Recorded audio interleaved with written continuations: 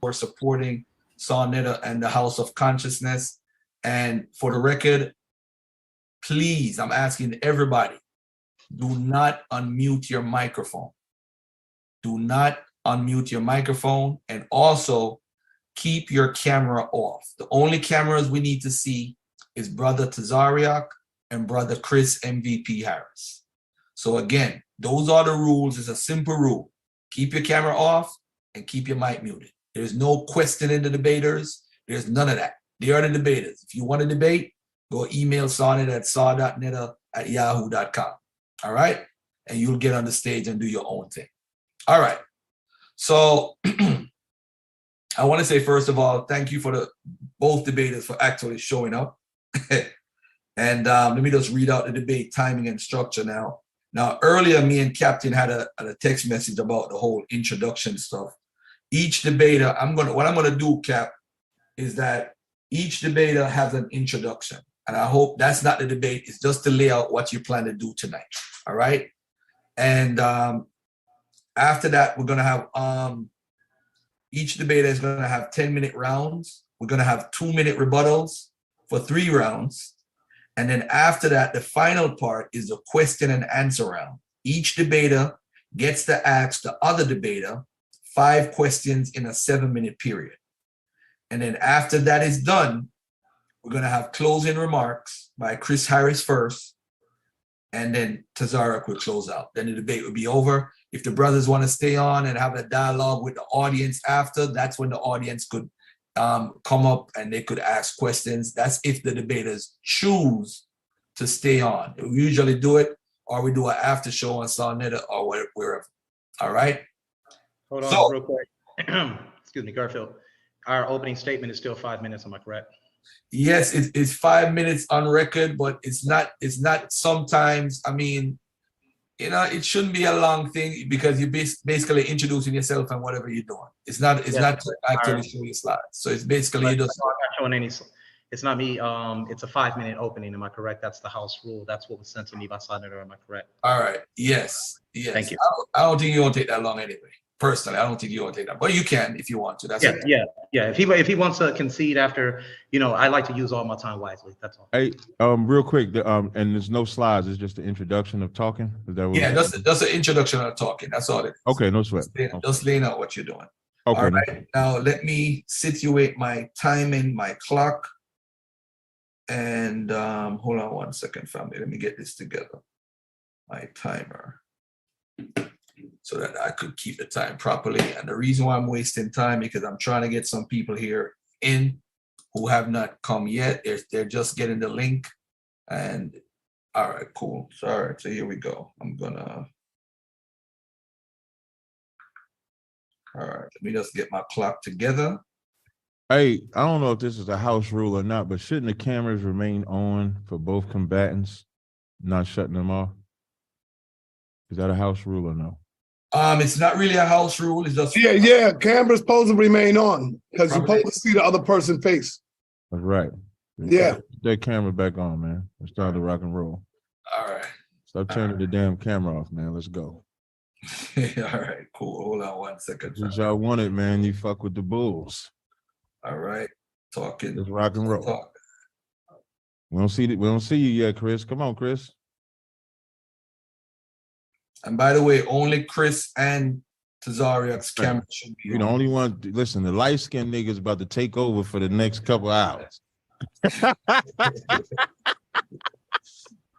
You know what I'm saying? 2 light-skinned cats. We bringing it back. You know what I mean? Captain is first. Yeah, that's what y'all say. All right, give me a second, family. Let me just sort this all right here. Y'all know all phones are on mute, right? Just make sure that all phones are on mute. Hey, real quick, so I can't use my slides to frame my argument in my opening? No, that's just a verbalization. All right, here we go. I found it. All right, here we go. I'm not understanding that. Start port, sure. No problem. All right.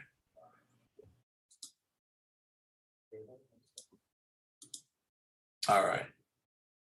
Chris, that's why I was saying I didn't think we needed 5 minutes. But we'll see how it goes. Let's rock and roll. You ready? You ready yet? All right. Everybody turn off your camera. Byron Coleman, turn off your cameras, turn off your microphone. And I want to welcome Pastor Bennett in the building. And we're going to start immediately. The first person that's going to introduce themselves, ladies and gentlemen, this is Captain Tazaryach from ISUPK, represent New York, Harlem in the building. Peace and love to the brother. And you can begin. This is your introduction. There you go. I appreciate it. I'm Captain Tazaryach of ISUPK. I'm the Commander General Hunter, the leader of this nation on the face of planet Earth. The topic of this debate, I believe, is called, does the biblical Jesus copy, plagiarize from Kemit? And I think it's an important debate. I think it's a stupid debate. I'm going to be extremely ignorant in this debate, not against Chris Harris, but against this dumb information that they're trying to make be applied to the Bible. This is not about bringing up no dumbass picture of Mary, that the Madonna, the Black Madonna. That's not in the Bible. This is not about anything that's not in the Bible. If there's not a book, chapter, verse for it, I don't want it. And then the second thing, if it's coming from a pyramid text or coffin text, I hope he has the source of who had access to said pyramid text or coffin text when when the New Testament was written. You're not battling a Christian, you're battling an Israelite. So that whole immaculate conception don't work here. Whatever you think you're gonna bring with Osiris ain't gonna work here. If speaking of Osiris, this nigga got a daddy. So if you make it Osiris and Horus and Jesus and it's almost like mixing and matching all of this together is gonna force me to bring up Geb, because that's Osiris' father. I don't know about y'all, but I don't know nobody that want their father that's known as either homosexual or putting a penis at his mouth. Now, y'all forced me to talk about that because y'all want to talk about Osiris and Horus and Kemit. So I have to talk about what's in there. So if we're saying that it's copy and you're just taking particular words and saying because he said this word here, like if you think about it, there's so many different verses, chapters, and books in the Bible. And to search out, it says water here. It says amen here. It says Mary here. So because it says Mary here, and this person is Marie too, or Mary too, then they copied it. That makes no sense whatsoever when there was other people named Mary around Mary. There's other people named Jesus around Jesus. It's not a unpopular name. It's a popular name. So what we have to make sure we do is keep this focused on the biblical side. So I hope this brother is prepared. That's what I plan to do, to be prepared, and we'll see what goes on from there. So that's really all I got. I'm ready to rock and roll. All right. Thank you, Brother Tazaryach. All right. Let me reset this clock. Chris Harris, MVP Harris, you are up, my brother. Let me know when you're ready, and I will start the clock. That's dope, dope, dope, dope. Wonderful, wonderful, wonderful, wonderful. All right, my name is Chris MVP Harris. I think everybody knows who I am. I'm somebody that teach against the proponents of the Bible. I teach what we call comparative mythology. I teach history and I teach anthropology. And my argument today is simply this, that the stories found in Kemit predate the Christian narrative by some thousands of years. Okay, gotcha. Are we serious? Hold on, Captain. You got to mute up, Captain. Hey, you can give him his time back. That wasn't at you, Chris. I thought I was muted. I was talking to the camera guy. I apologize for that. All right, I'm gonna start you over, Chris, from the beginning. And mute up, Captain. Mute up. So that error don't happen again. So let's mute up. Chris, I'm gonna start you from 0. I'm gonna give you all your time back, beloved. All right.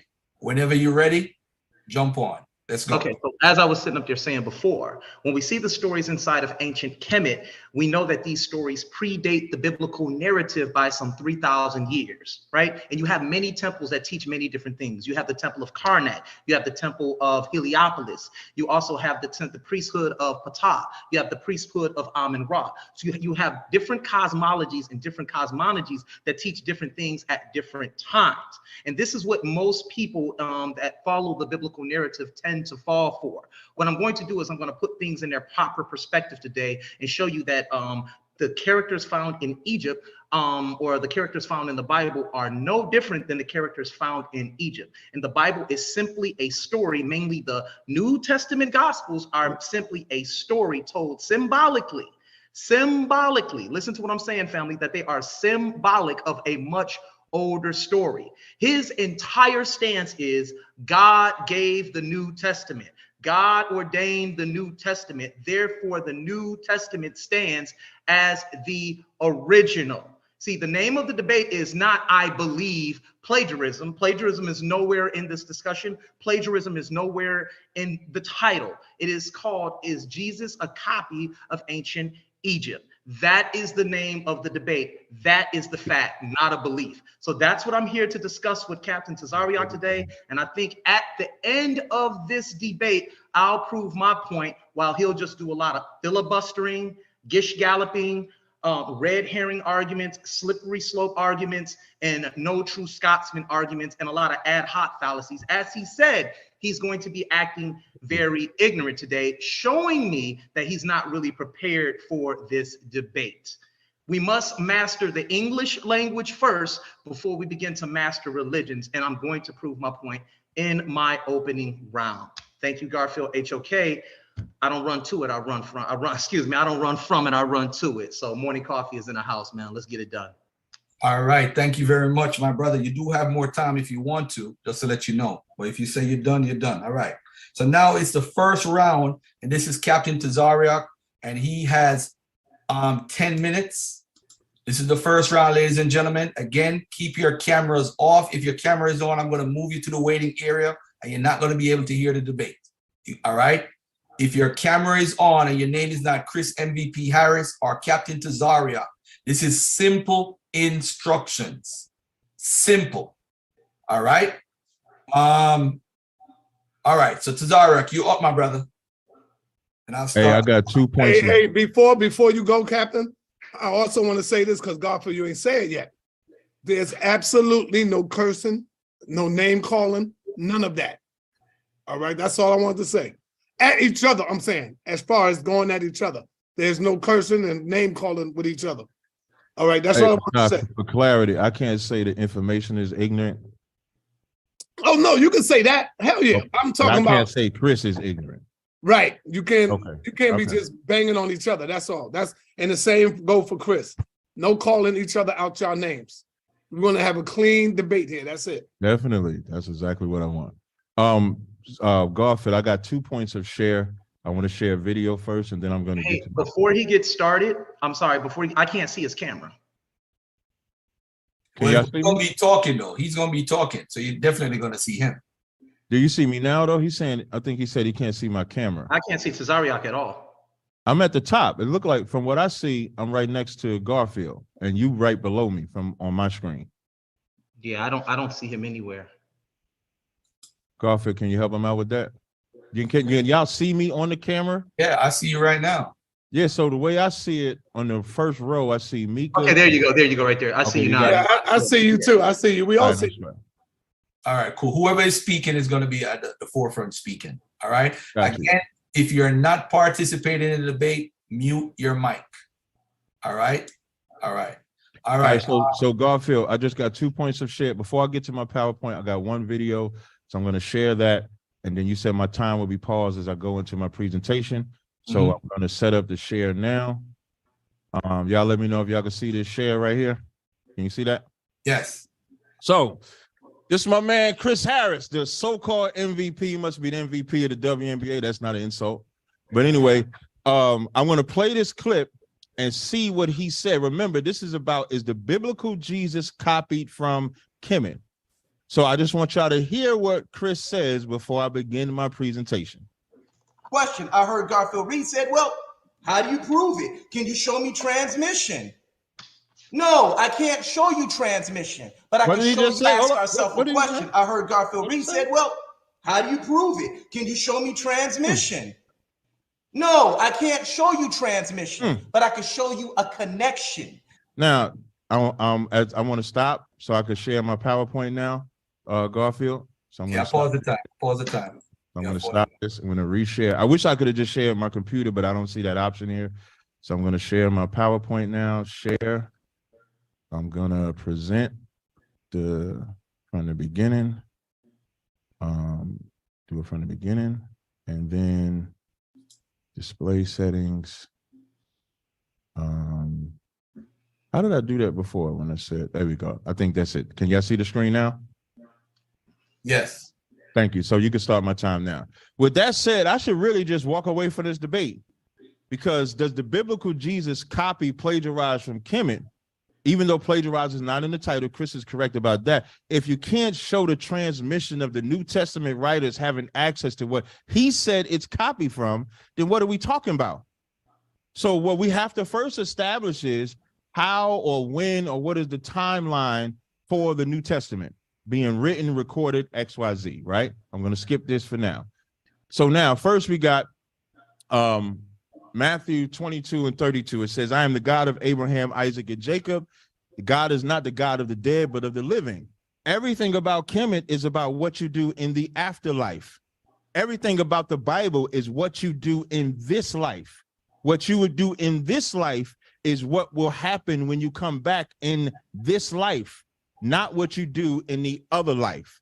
Copy is an imitation, transcript, or reproduction of an original work, such as a letter, painting, table, or dress. Plagiarize, to steal or pass off ideas or words of another one's own as your own. So he would have to show where the writers or people of the New Testament had this. This is called an ancient, I'm sorry, I got to move this, ancient manuscript comparison chart. When you look at this chart, it'll tell you of all the things that you see. So you have Lucretius died at 55. You have Pliny, you have Plato, date written 427, 347, earliest copy AD 900, approximate time in between 1200. When you look at all of these, when you get to the New Testament, date written 1st century AD 50 to 100, earliest copy 2nd century AD. So that's less than any other record that you can find. When you look at further, it says there are thousands more New Testament Greek manuscripts than any other ancient writing. The internal consistency of the New Testament document is about 99.5% textually pure. So he would have to show, if now I'm have more, but so he would have to show how those writers had access to all of these different coffin and pyramid texts, because Egypt's history, which is long, is not something where it's just one coffin text. We look at the Book of the Dead as something that we think that it's something that everybody had access to at this time. No, you would have to go into the coffin, break down or understand what the coffin is saying, and then try to apply it to what the New Testament writers were writing into it, which they didn't have access to. This is going to be a body bag. In the 1830s, German scholars of the Two-Man School tried to date the books as late as the 3rd century, but the discovery of some New Testament manuscripts and fragments from the 2nd and 3rd centuries, one of which dates as early as 125 AD, Papyrus 52, disproves a 3rd century date composition for the New Testament. Additionally, a letter to the church at Corinth in the name of Clement Rome in 95 AD quotes from 10 of the 27 books of the New Testament, which lets you know it's already in circulation by the time he's quoting these books. So if he doesn't have information of that timeline, he cannot say that they copy from it. Ignatius of Antiochus was a student of the Apostle John. He was martyred, killed by lions in the arena of Rome. After his arrest and during transportation to Rome, he wrote several letters, some obviously spurious, but they're ignored here. The letters of Ignatius, written very close to 107 AD, quote from several New Testaments as well. To quote from a book not only means is the book written, but it has to be in circulation. Everything. If Garfield's book, if I quote from his book, that means not only was his book written, it's in circulation, it's talked about, it's gathered, it's moved. Of the 4 Gospels alone, there were nearly 368 citations by the church fathers from the late 1st century on. This includes 268 by Justin Martyr, 1,038 by Irenaeus, active in the late 2nd century, 1,017 by Clement of Alexandria, by Origen. Tertullian, I could keep going. Earlier, Clement of Rome cited Matthew, John, 1 Corinthians 95 to 97. So what he would have to show, again, is how it's copied. In conclusion, listen to what the experts say about New Testament dating. F.F. Bruce, well-known professor at the University of Manchester in England, says the amount of evidence available to establish a first-century date for the completion of the New Testament is so great it cannot be reasonably denied. William F. Albright, who formerly a liberal critic of the New Testament, said in his new book, Discoveries in the Bible Lands, we can generally say emphatically there's no longer any solid basis for dating any book of the New Testament after about AD 80. 2 full generations before the date of between 130 and 150. Now, let's say if it's 130 or if it's 80, he still has to show how the New Testament writers wrote this, put it in circulation, and had access to every single coffin text, pyramid text that he's talking about. John A.T. Robinson wrote in The Launching of the Death of God that the book should be redated. So he has to break this down. If you take a look at, this is the map of Paul. This is Paul's journey. Show me where Paul went to Egypt.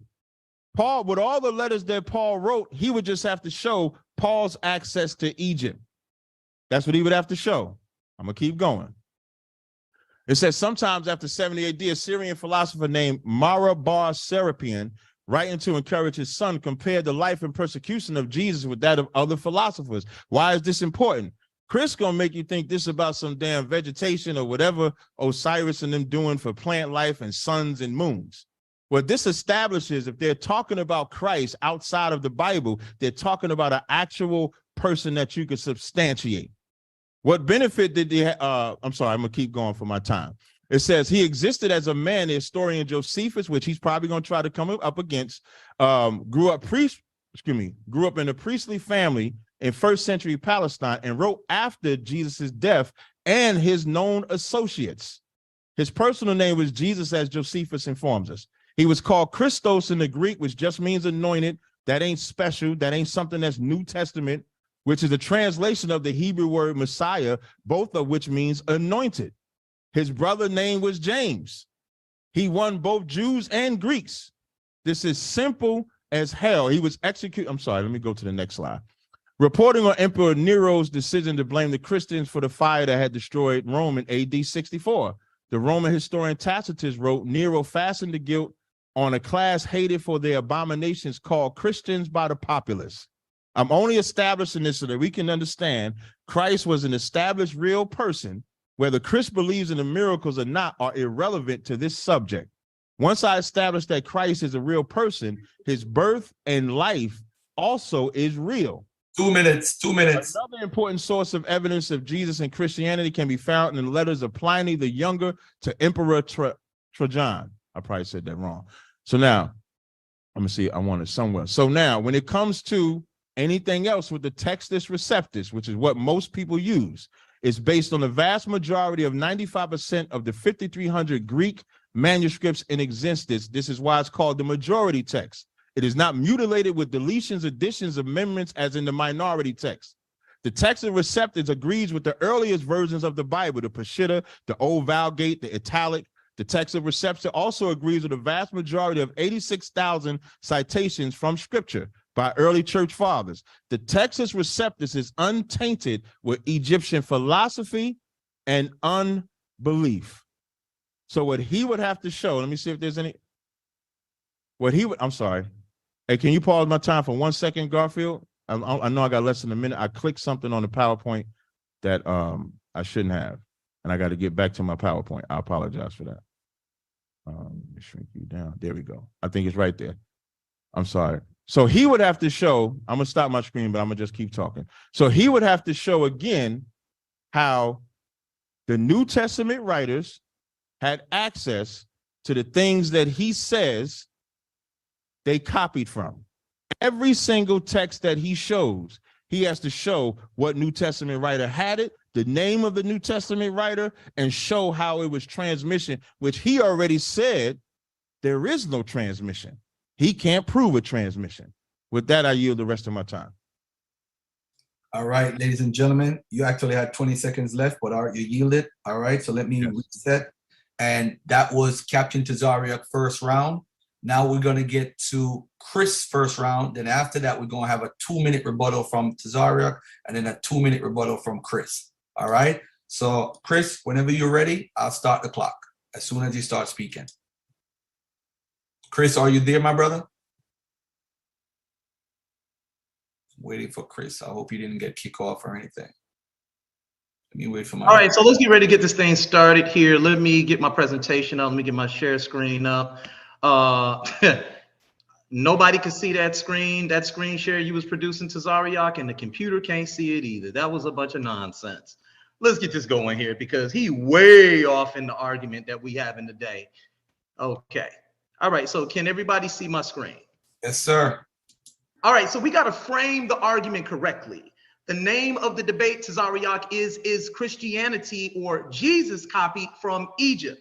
Now, in order to frame the argument correctly, we are not talking about forgery. What you just produced was a red herring argument.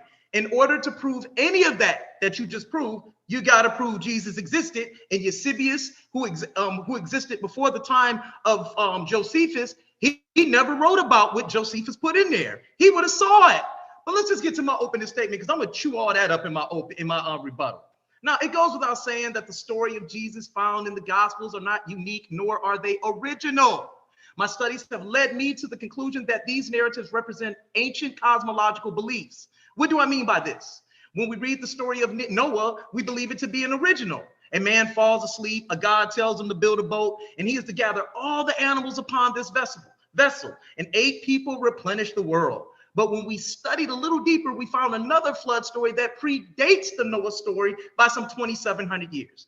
The Gilgamesh. A man has a dream. A God tells the man to build a boat and gather all the animals upon it because said God is angry with mankind, just like in the Noah story.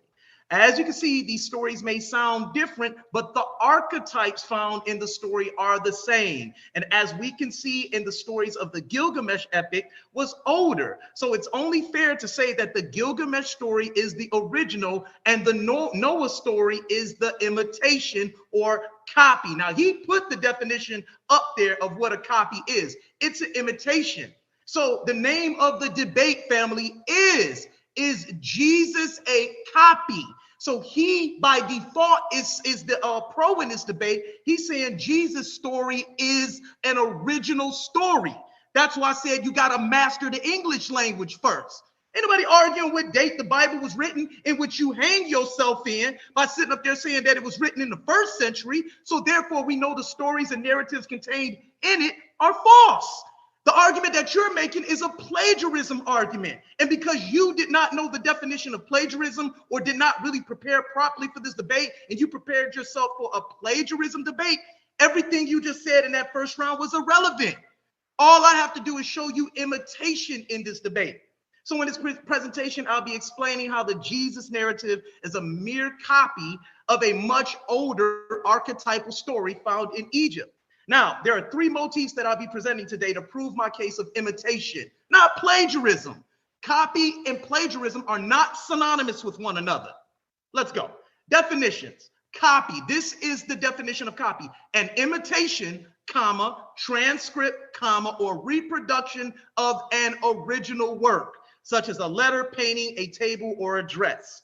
We're going to be discussing motifs, which are a distinctive feature or dominant idea in an artistic or literary composition, which we see in antiquity prior to your 1st century. You gave the date, 1st century, 2nd century manuscript called the Bible, called the New Testament Gospel. And we're going to be dealing with archetypes, a very typical example of a certain person or thing, an original that has been imitated. That's what an archetype is, a reoccurrent symbol or motif in literature, art, or mythology. So let's get this thing started. My 3 points of argumentation are the virgin birth archetype, the saviors and his miracles archetype, the dying God and resurrection Eucharist archetype that we can all find in Egypt.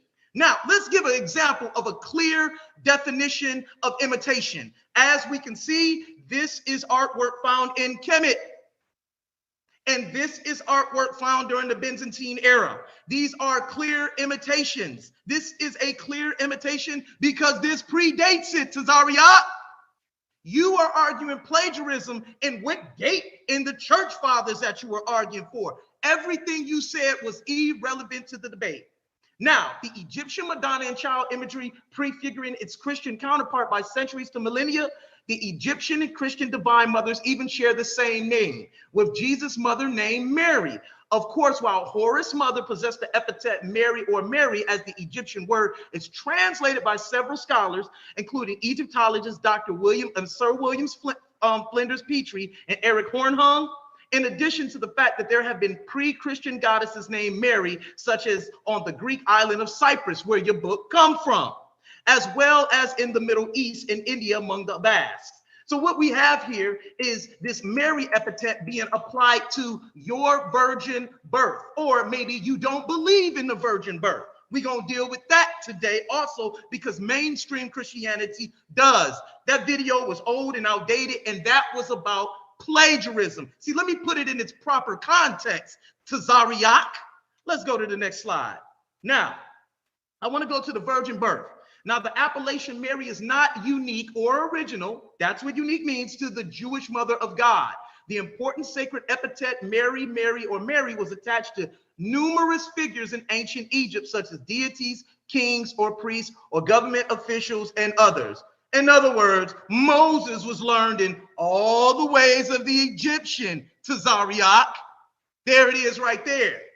Even Egypt itself is called Ta-Mari, which means the beloved land, or beloved land, excuse me. Now, Horus' mother is called Meri Auset, which means beloved Auset.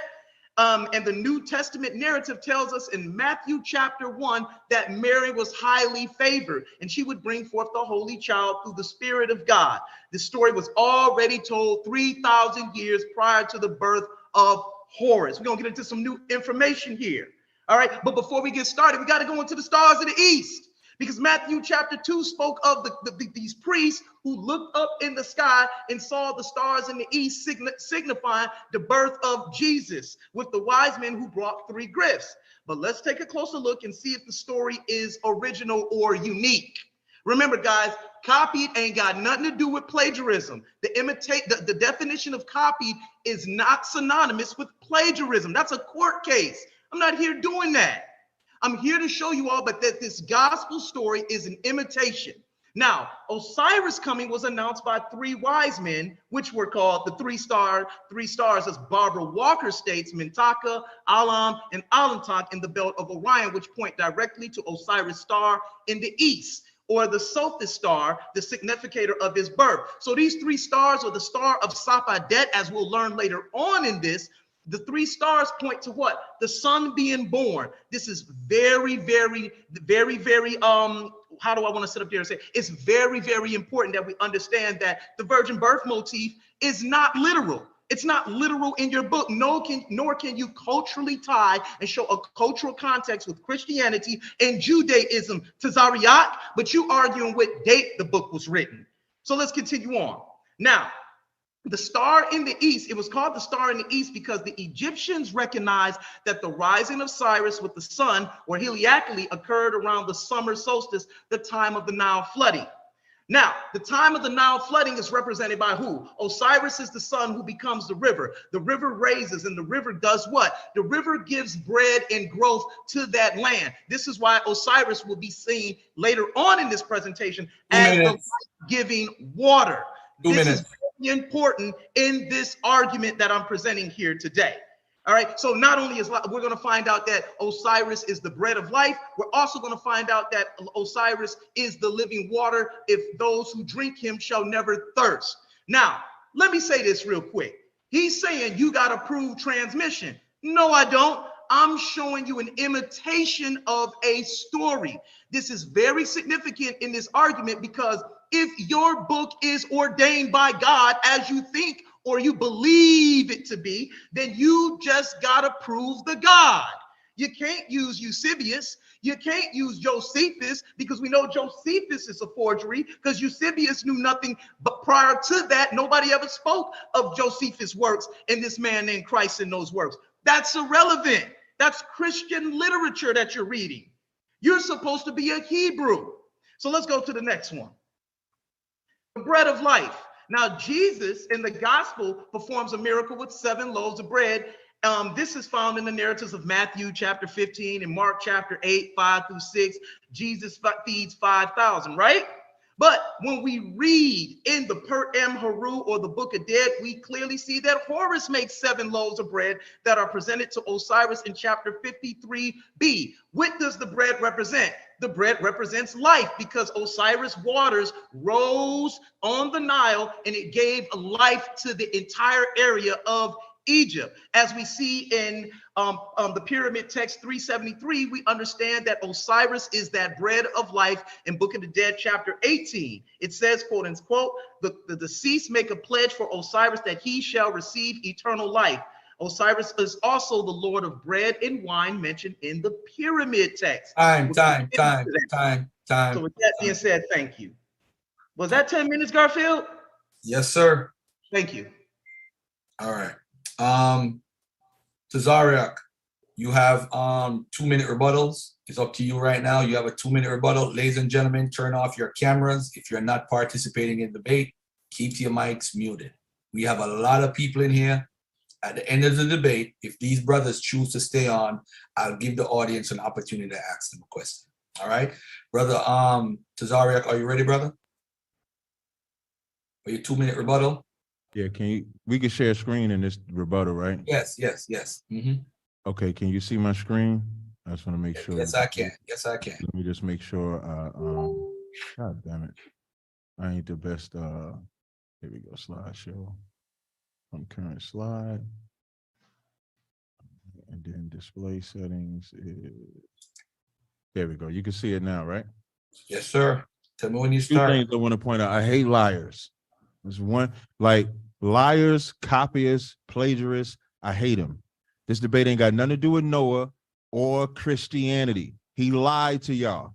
And I want y'all to hold him to the lie. That's why he showed you that stupid ass Madonna. I could talk stupid about the stuff. Y'all said I could do that. That stupid ass Madonna of Mary and the Son has nothing to do with the Bible. You have to show in the Bible. That's why I made sure biblical was in there.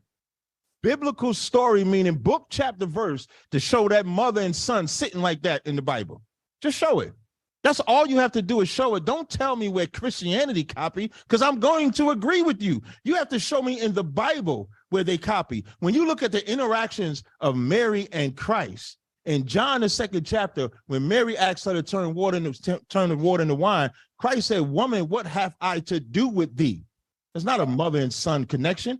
In Matthew's 12th chapter, when they say your mother is standing without, Christ said, "Who is my mother? Them that do the will of my Father." He also lied when he said that the audio I played was from years ago. That audio I played was from 1 month ago. 1 month ago, he did that debate and said he can't show transmission.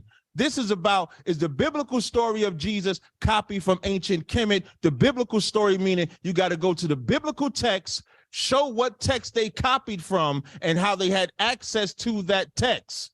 That's what he has to show. If I go to the next slide, he brought up the stupid Mary.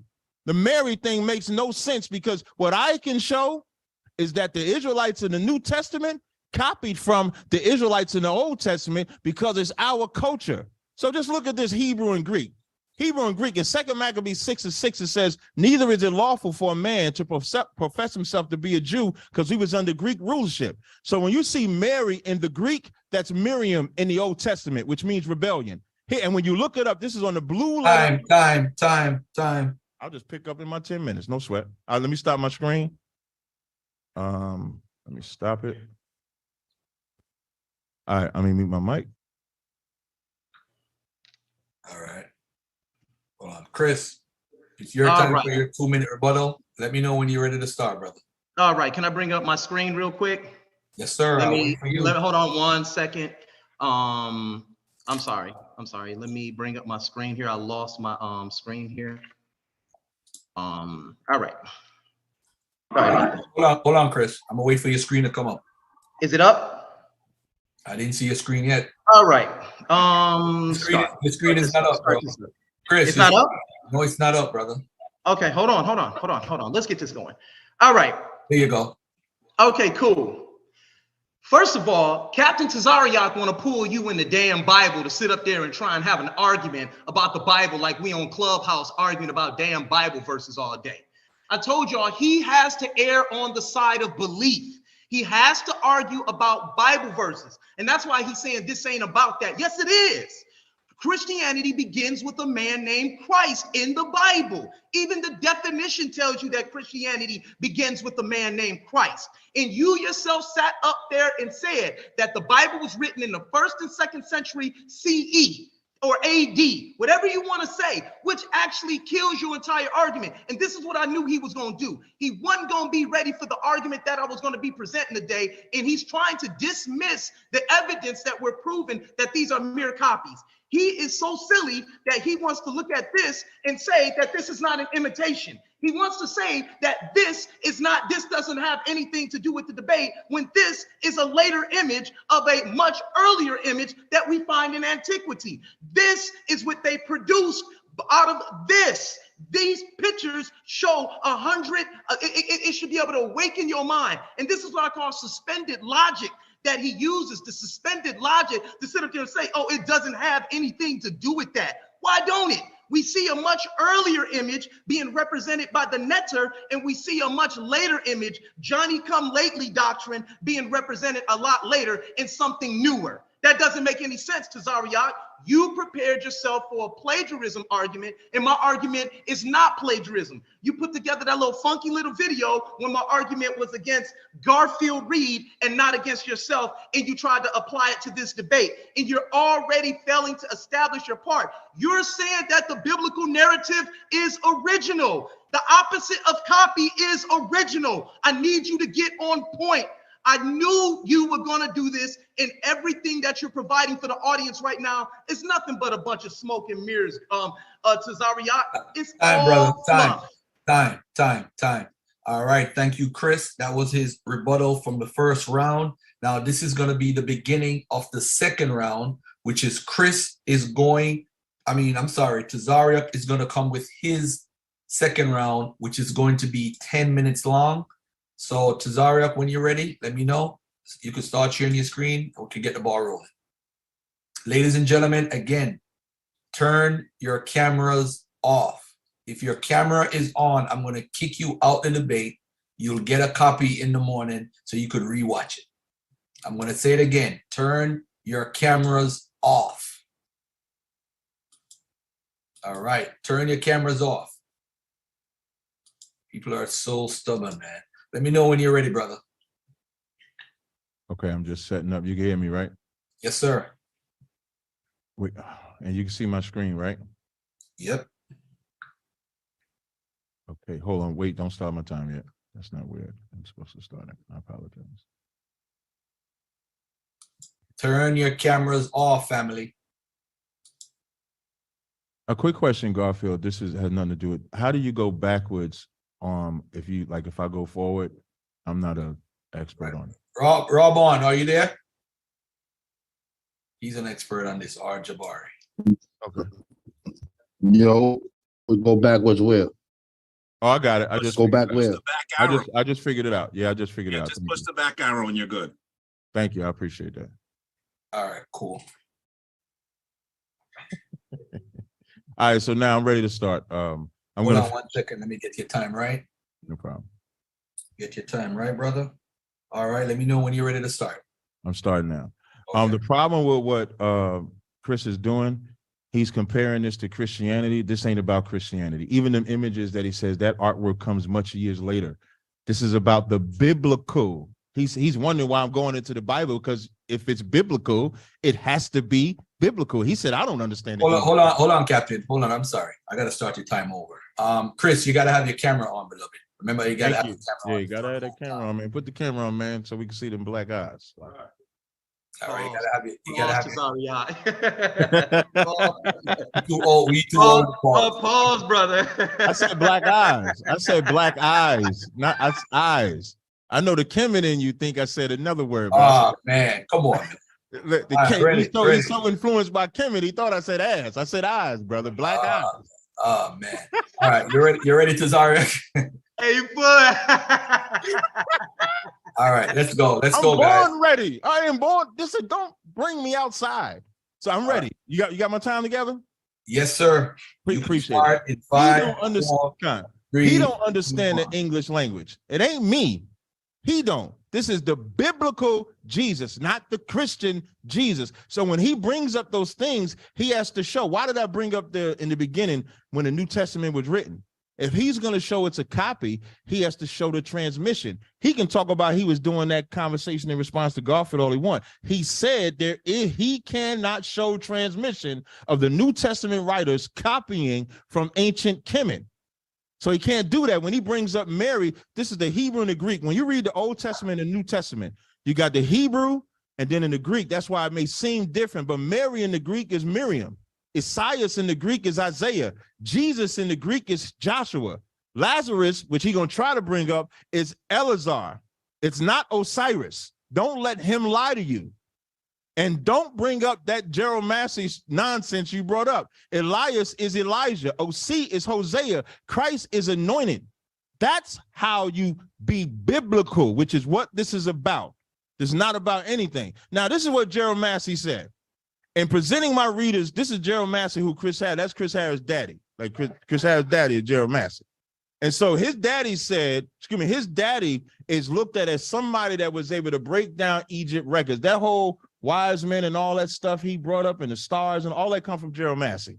And so this is what Gerald Massey said on page 6 of his book. In presenting my readers with some of the data which show that much of the Christian history was pre-exempt as Egyptian mythology. After I ask you to bear in mind the facts, like other foundations, have been buried out of sight for thousands of years in hieroglyphical language. This is in the 1800s that he's writing this. And he's saying for thousands of years, this has been buried. So even if you say thousands is 2000s, and the New Testament is written in the 1st century AD, that eliminates the New Testament writers from having access to what he's saying they copy from. He's stupid. Then he goes on further. He says that was never really read by Greeks or Romans. So if Greeks or Romans, who were the ruling class at that time, weren't reading that, how are you going to say the poor Hebrews or the poor Israelites, Matthew, Mark, Luke, and John, and Paul and them, had access to that? And he said, could not read it until the lost clue was discovered by Champollion almost the other day. So how in one breath can he say they didn't have it? And here's what else he says. He says, the mythology and Christology remain hidden as those of the now until the century in which we live. The mystical matter enshrouded in this language was sacredly entrusted to the keeping of the buried of the dead, because the coffin texts are just what that means. It means that it's on the coffin of the funerals. Imagine going to a graveyard, and on that graveyard, all the coffin texts or all the spells on that graveyard. You would have to have went to every graveyard to find the spell that you're saying the New Testament writers got from. That's what he has to prove. Assertions about Jesus and Horus. One of the more important aspects of Massey writing were his assertions that the parallels between Jesus and the god Horus. Massey, for example, said Horus and Jesus was born of virgins on December 25th. That's not biblical. It is not biblical that Jesus was born December 25th. Even the whole virgin thing. When you go through the virgin thing, Garfield, I need to pause my time for a second. Okay, I got you. All right, I'm going to stop the share. I'm going to reshare just so I can be biblical. So I'm going to reshare. I apologize. Let me reshare. And let me go to the word. Ladies and gentlemen, again, keep your cameras off, and keep your mics muted. The only camera should be on is Tazaryach and Chris Harris. So I want y'all to see something here. You can start my time now. So now when we talk about this whole virgin, let's see where that came from. Let's see if it came from Kemit or does it come from our own text. In Isaiah 7:14, if y'all can see this, if not, I can blow it up and make it bigger. Let me try to make it bigger for y'all. I apologize.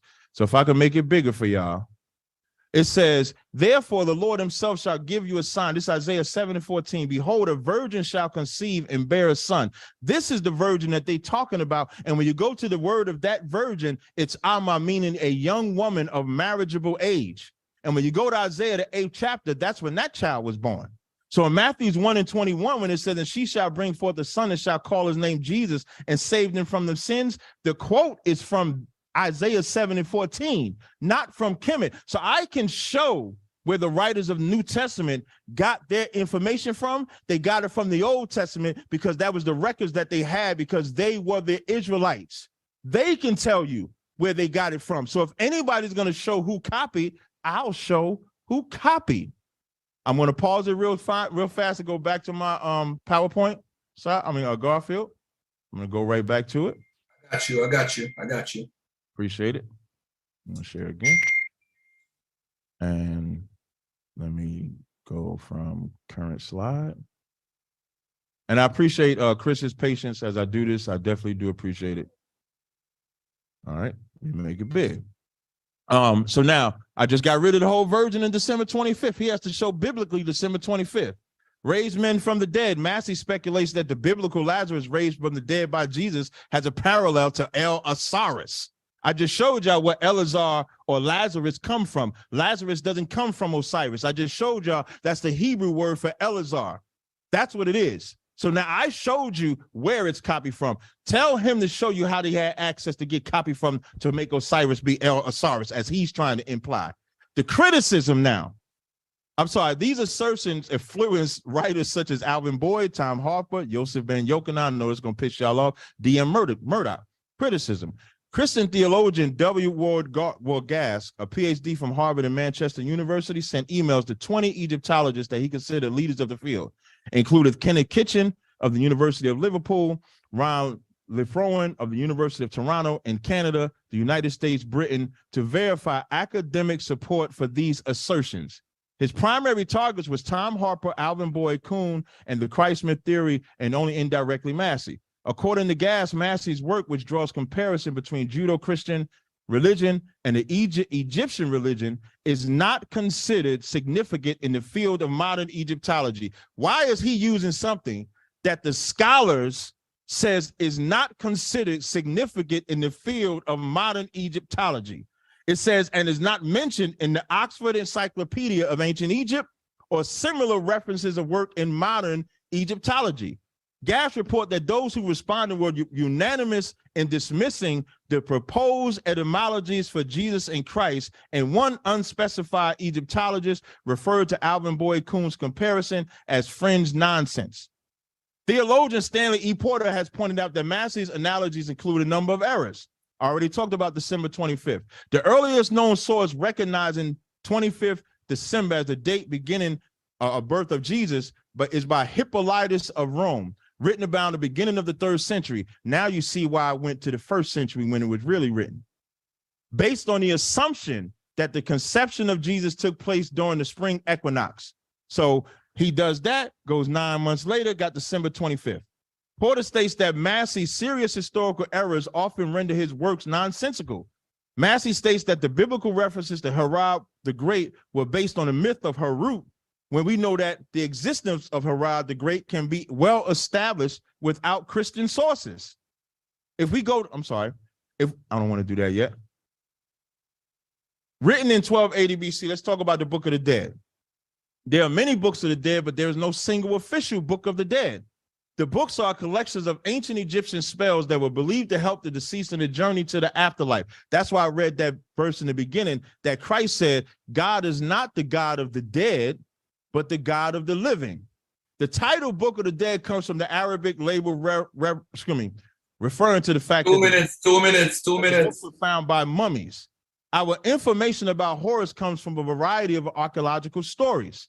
What we do know from the most recent scholarship on the subject is there were many variations of the story because you have a 5,000-year span in ancient Egyptian history. Egyptology recognized the possibility that the differences may have been misunderstood aspects of the same persona. For example, Horus was killed by a scorpion. Isis had to come and beg Thoth to resurrect him. How can that even be compared to Christ? It says part of the problem with Jesus' Horus claim is that in order to find items that even partially fit the life or story of Jesus, advocates of the view must cherry pick bits of myth from the different epochs of Egyptian history. This is possible today because we were able to go back and get it. But he has to show how the people during that time had access.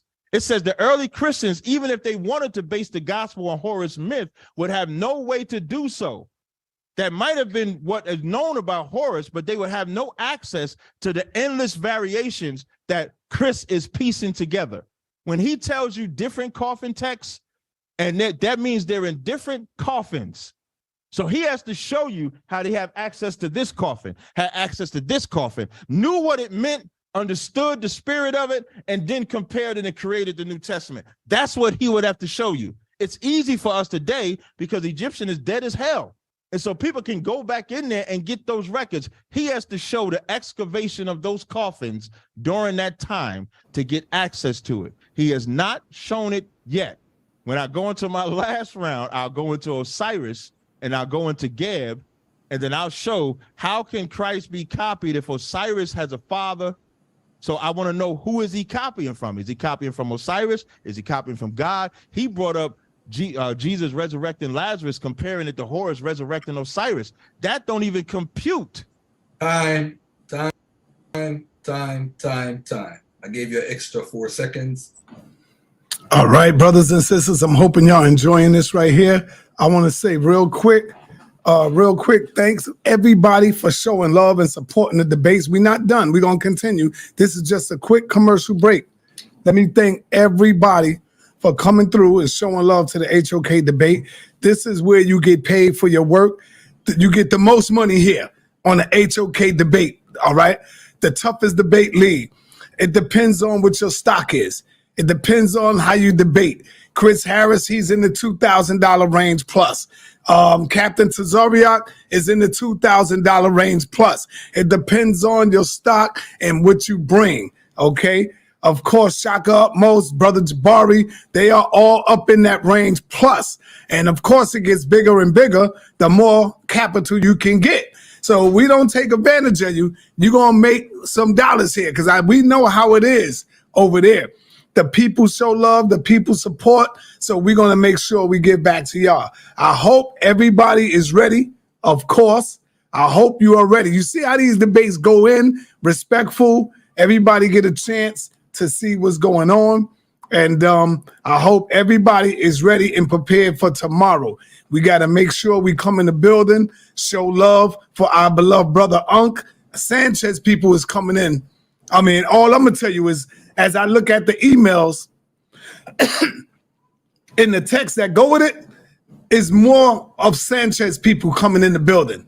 So Sanchez people, they going to flood the floodgates to make sure they support their brother Sanchez. Unc, you got to get your people up in here. Y'all say y'all rock with us. We need Unc people to get in the building. And Unc got home court advantage. So this should be easy for our people to come in and show love for our beloved brother Unc. A word from our sponsors, and we'll get right back to the debate. Do you want to make money online? That means you're going to need a website. Go to kingtutoring.org business services. There, you'll be able to collect payments from your clients all over the world. Let us help you.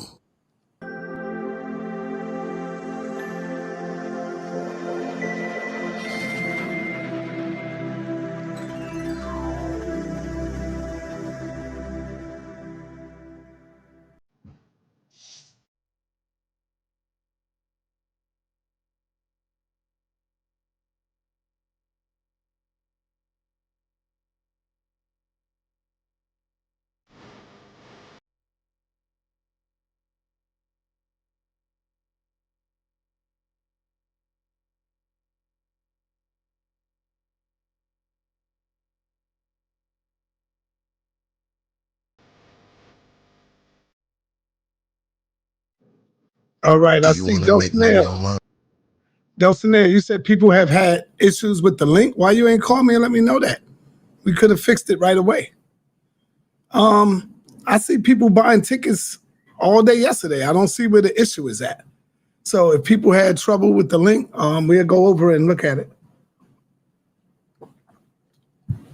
We'll make sure everything is good. Me and Unc posed to run a show today to make sure everything is good with the links and everything, sis. They built yesterday with Unc and Sanchez. Oh, so Unc is aware of it. Oh, the build yesterday with Unc and Sanchez was crazy. I got you. So let me get back to the debate. I don't want to, mess up the flow.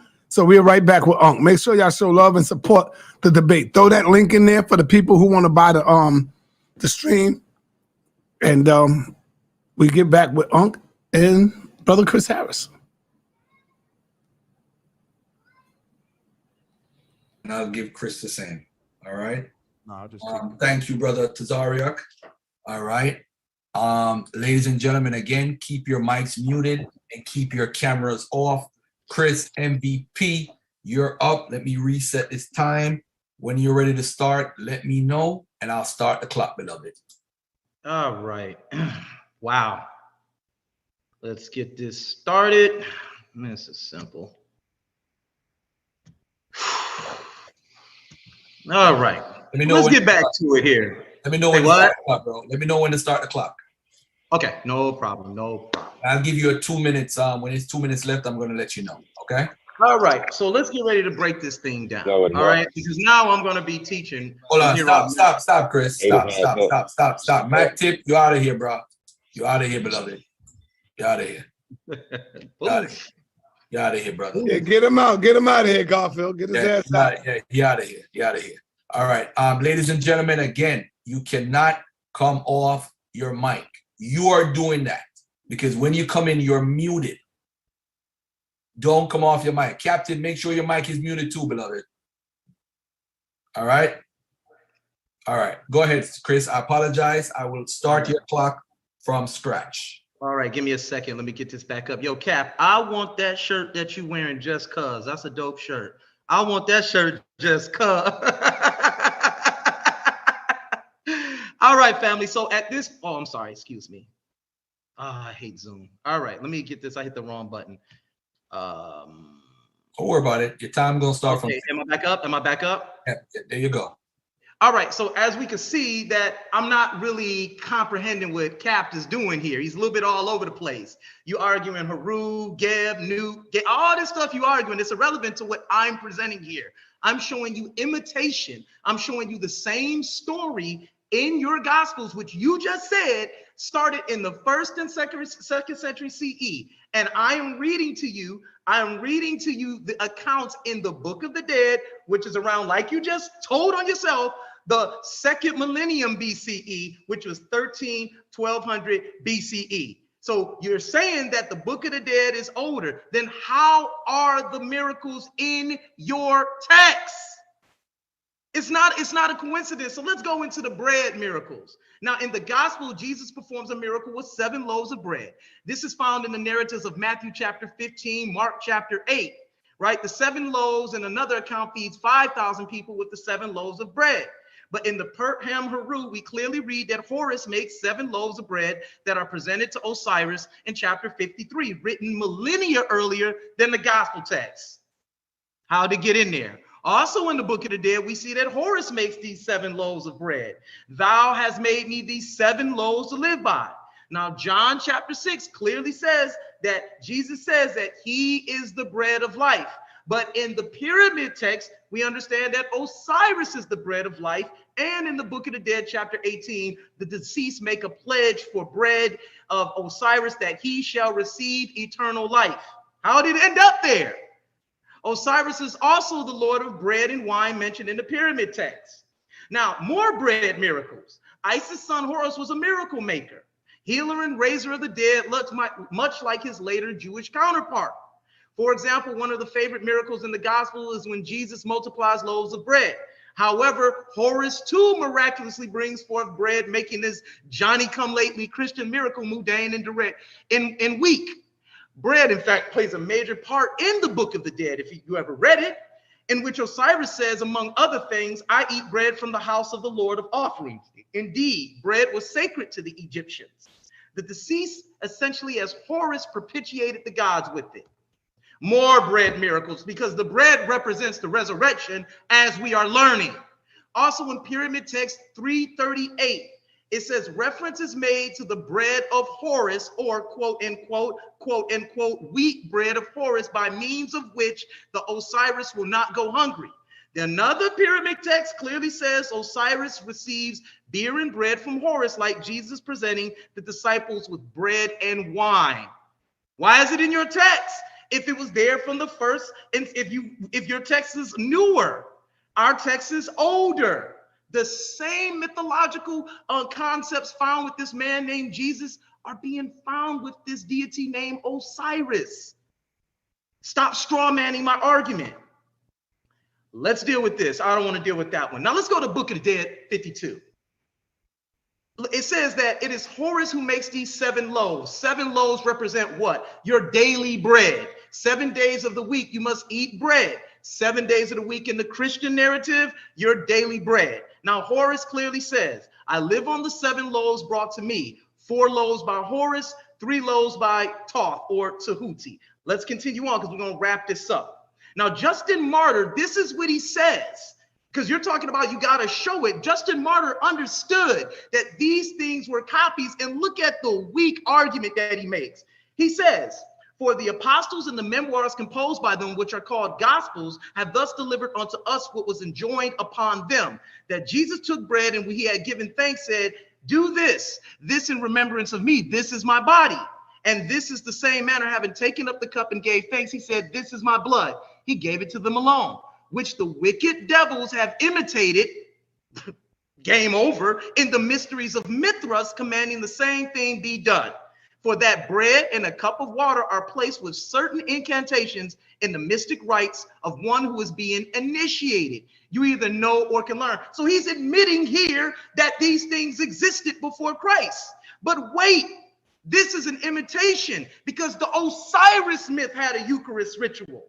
Now, the origin of the Catholic practice of transubstantiation is an inherited version of the ancient Egyptian ritual of making Osiris cakes, i.e. bread for being the symbolic of the reborn or regrown god Osiris. Remember, family, Osiris is seen as the living water, as I've already mentioned, when the star of Sapadet signifies his birth, which is the sun. He becomes the Nile River, which raises in the Nile, and it does what? It irrigates all the soil along the Nile River. This is why he says, I am the living water, right? Now, this happens during the Koyak festival, which is 30 days. Each day of the Koyak festival involved one of the steps of the process of making corn mummies, a kind of old-fashioned chia pet, we may say. But let's keep going. Osiris, this is what it says, preserved examples of the Osiris cake molds date to 664 BCE. The British Museum describes, see that, Tazaryach? That's a source. Osiris, supreme god of resurrection, was closely associated with the life-giving forces of nature, particularly the Nile and vegetation. Above all, he was connected with germinating grain. Hence, he's the bread of life, as I've mentioned to you. The emerging of a living, growing plant from the apparently dormant seed hidden within the earth, which is called Emer, by the way, was regarded by the Egyptians as a metaphor for the rebirth of a human being from the lifeless husk of a corpse. The concept was translated into physical form by the fashioning of the images of Osiris out of the earth and grain. Let's continue. Let's look at some images here. Here is a man. Here he is. There's Osiris lying dead, and there's the wheat sprouting from Osiris. This is from the relief of Karnak, 1450 BCE. Predates your Jesus, right? Jesus said he is the bread of life in John chapter 6, verse 35. Osiris is the bread of life again. Grain sprouting from the corpse of Osiris from the papyrus of the Louvre Museum. I'm sorry, I cannot pronounce that. I'm not going to waste my time. Osiris is the bread of life. Just watch, family. Another scene showing ears of grain being produced from Osiris' flesh from the coffin of Nepa-Worshepi in the 10th century BCE. Jesus says that he is the bread of life. We're seeing that Osiris is the bread of life first. Let's look at this. This is where it gets good, because the 12 grain gods of Osiris, based on the 7th hour of the Book of Gates, is seen in the tomb of Usa-Ma'at-Ra, Septepen-Ra, Remesu-Meriamun III in Kings Valley in the 12th century BCE. Look what it says. Those who generate food from lower Egyptian barley in the fields of the netherworld. Why is it significant? Because we have 12 grain gods doing what? Feeding the people, feeding the gods. And here's the 12 gods of Osiris carry 12 baskets of bread to feed the gods. This is in the tomb of Ramses again, right? 12th century BCE. What did Jesus have his 12 disciples do? in those bread miracles. He kept breaking bread and gave it to disciples, and the disciples gave it to the people. And what did Jesus call the people? Didn't he say, you are gods? 2 minutes. You're trying to have a Bible argument. Let's keep 2 minutes. going here, because this is where they got the stories from. Osiris and his 12 bread helpers propitiating bread to the gods. Jesus and his 12 disciples giving bread to the people. These things aren't coincidences. What, you thought I was going to use some of the same information? Let's keep going. Bread of life.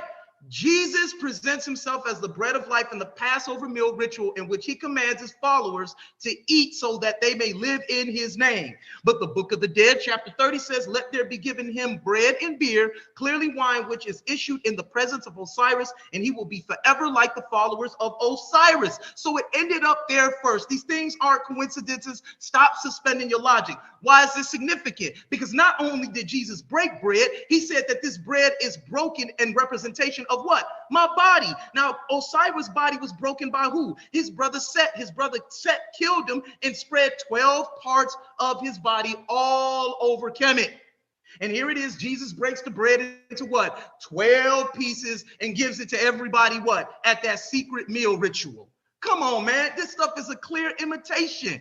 You up here reading Christian apologetic commentary on Gerald Massey straw manning my entire argument because you did not understand what this debate was about, Tazaryach.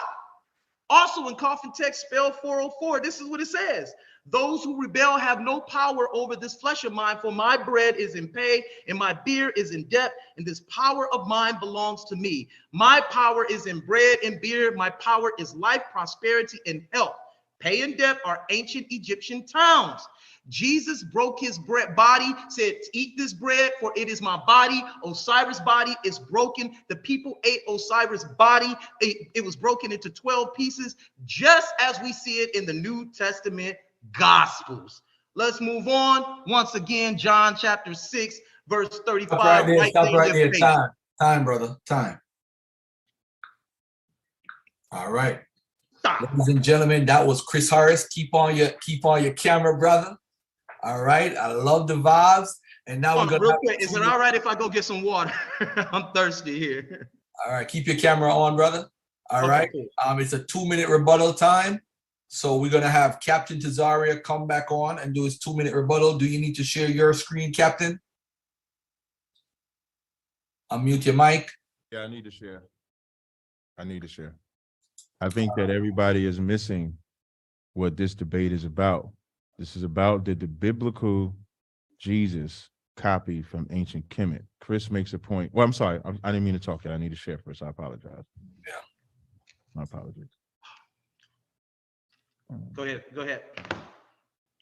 Mute your mic, Chris, so you don't make I was letting no, go ahead. I'm sorry, Cap. Yeah, no sweat. All right, let me know when you're ready, my brother. Let me from current slide. And display settings. Swap presented. You can see my screen, right? Yes, sir. Tell me when you're ready. I'm ready right now. 2 minutes. So when he brings up these instances, again, the onus is on him to show transmission. Why am I emphasizing transmission?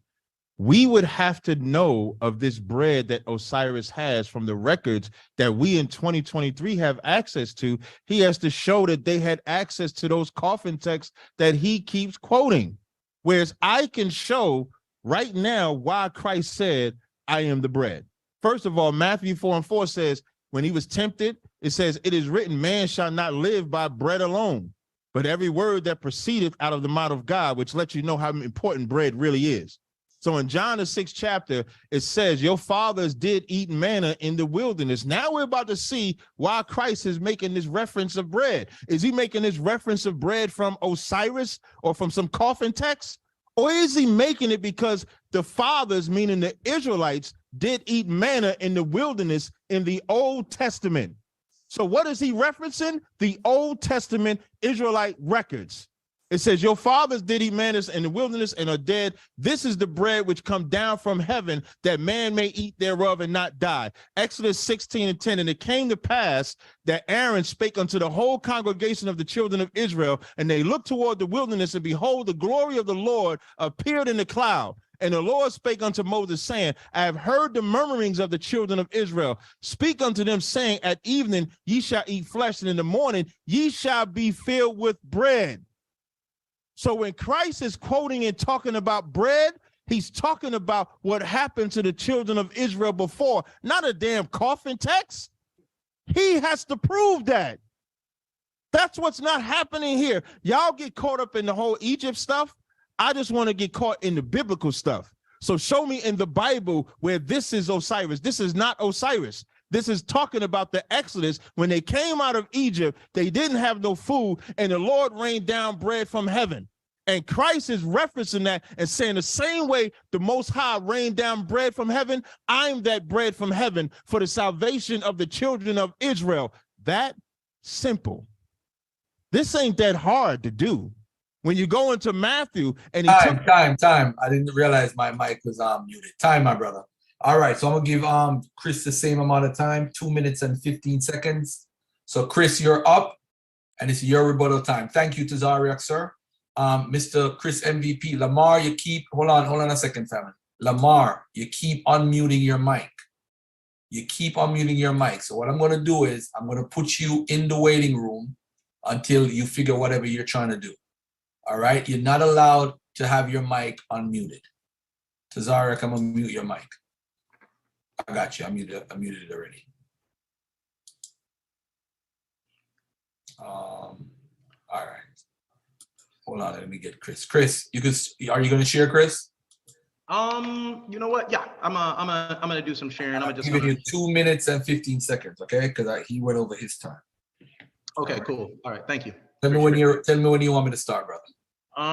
Let's get this up, and one more time, I hope the audience is enjoying this debate between. Hold on 1 second, Chris. For those who can't hear, you have to go back out and set your audio setting, and that's why you can't hear when Chris or Tazaryach is talking. But in the morning, you're also gonna get a copy of the debate. So if you can't hear something, you're gonna get a copy in the morning. All right. So those for your own personal use. All right. So you're gonna have a copy of the debate tomorrow. All right. Go ahead. Hold on, Chris. Hold on 1 second. Let me get this clock ready. All right. Go ahead, and I'll start when you're ready. Okay. Give me a second. Cap got me thirsty here, boy. He know that Bible. I'll give him that. All right. So give me 1 second. Dope, Captain. Dope rebuttal. Beautiful. Let's get this up. And all right. So one more time, family, I want you guys to understand what Captain is trying to do here. The name of this debate is Jesus a copy out of ancient Kemit? And I'm proving it. I'm proving it through archetype and motif here. I'm proving it with the 12 disciples. I'm proving it with Jesus. I'm talking about Jesus and these bread miracles, which represent resurrection.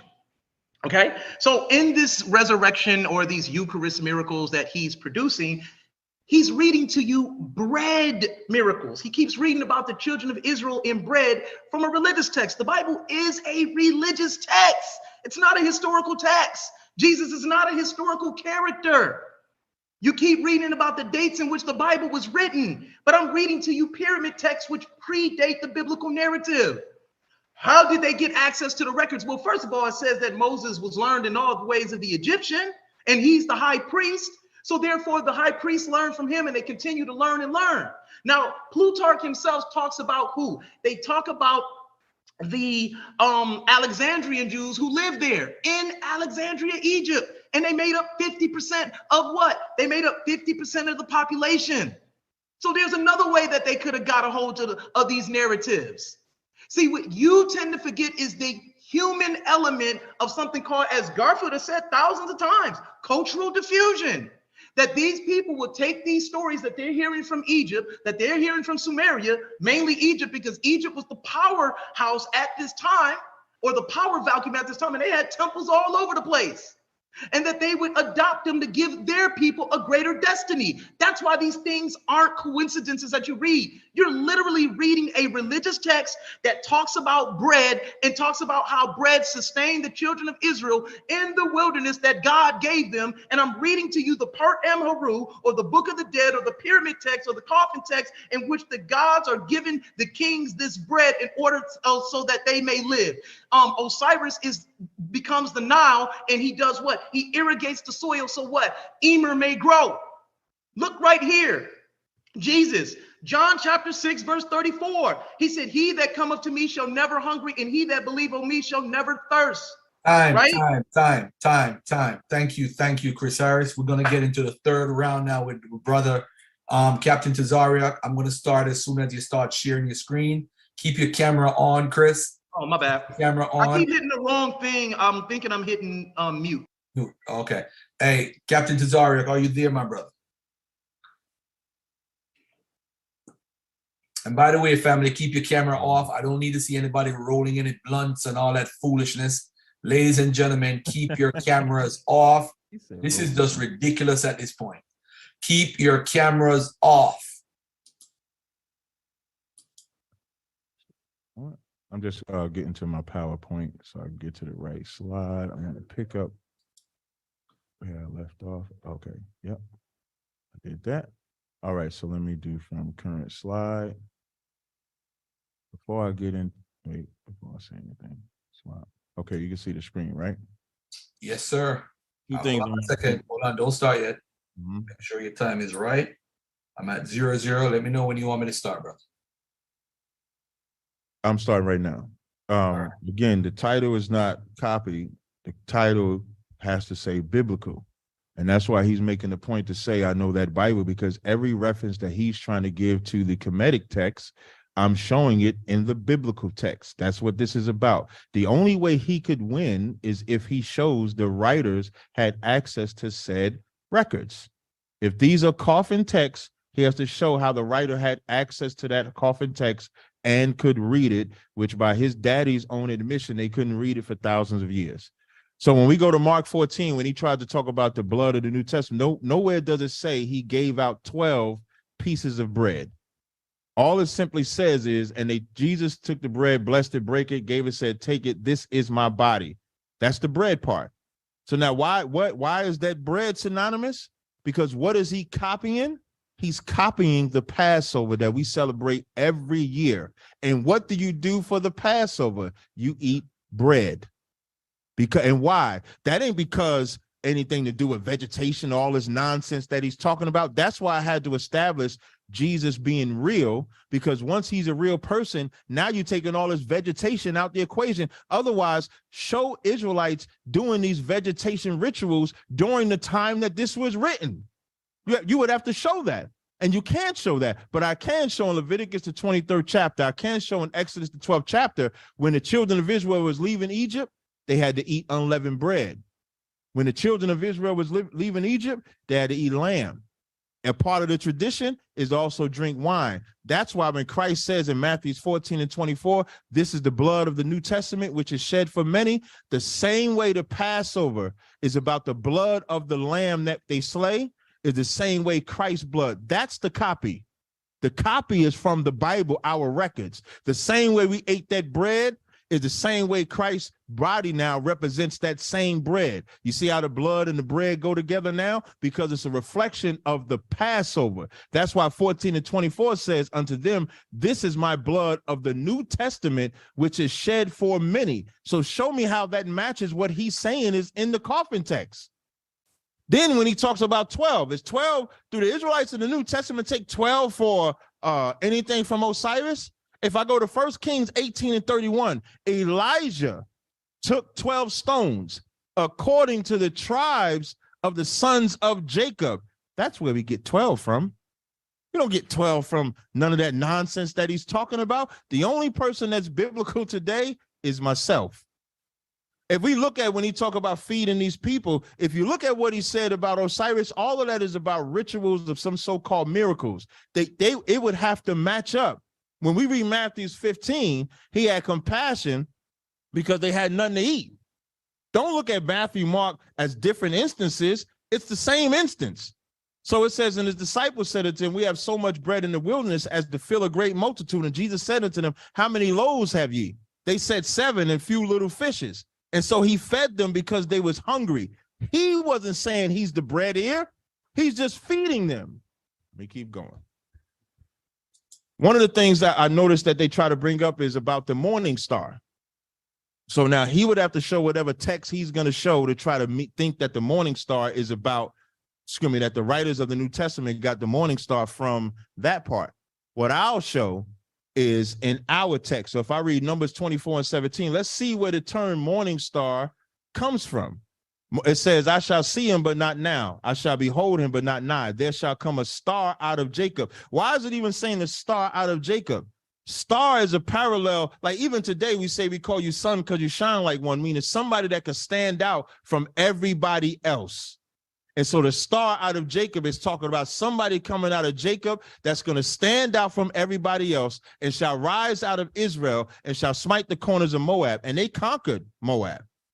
When we read Revelations 2 and 26, it says, and he that overcometh and keep my works unto the end, to him will I give power over the nations. And he shall rule them with a rod of iron, as the vessels of a potter shall they be broken to shivers, even as I received of my Father. Verse 28, and I will give him the morning star. So how can Christ be the morning star when it's something that you get? Meaning you'll be the one that stands out just like he stands out. That's what the term morning star means. Revelations 22 and 16, a lot of people omit something important in Revelations 22 and 16. It says, I, Jesus, or Yahushua, have sent mine angel to testify unto you these things in the churches. I am the root and offspring of David. Now, that's something that most people won't bring out. The virgin birth, Joseph is the physical father of Christ, which eliminates any connection to the virgin birth that they say comes from Kemit. John 1 and 45 says Jesus is the son of David, Joseph, verbatim, what I just said. So he would have to show, does Horus have a physical father and a spiritual father?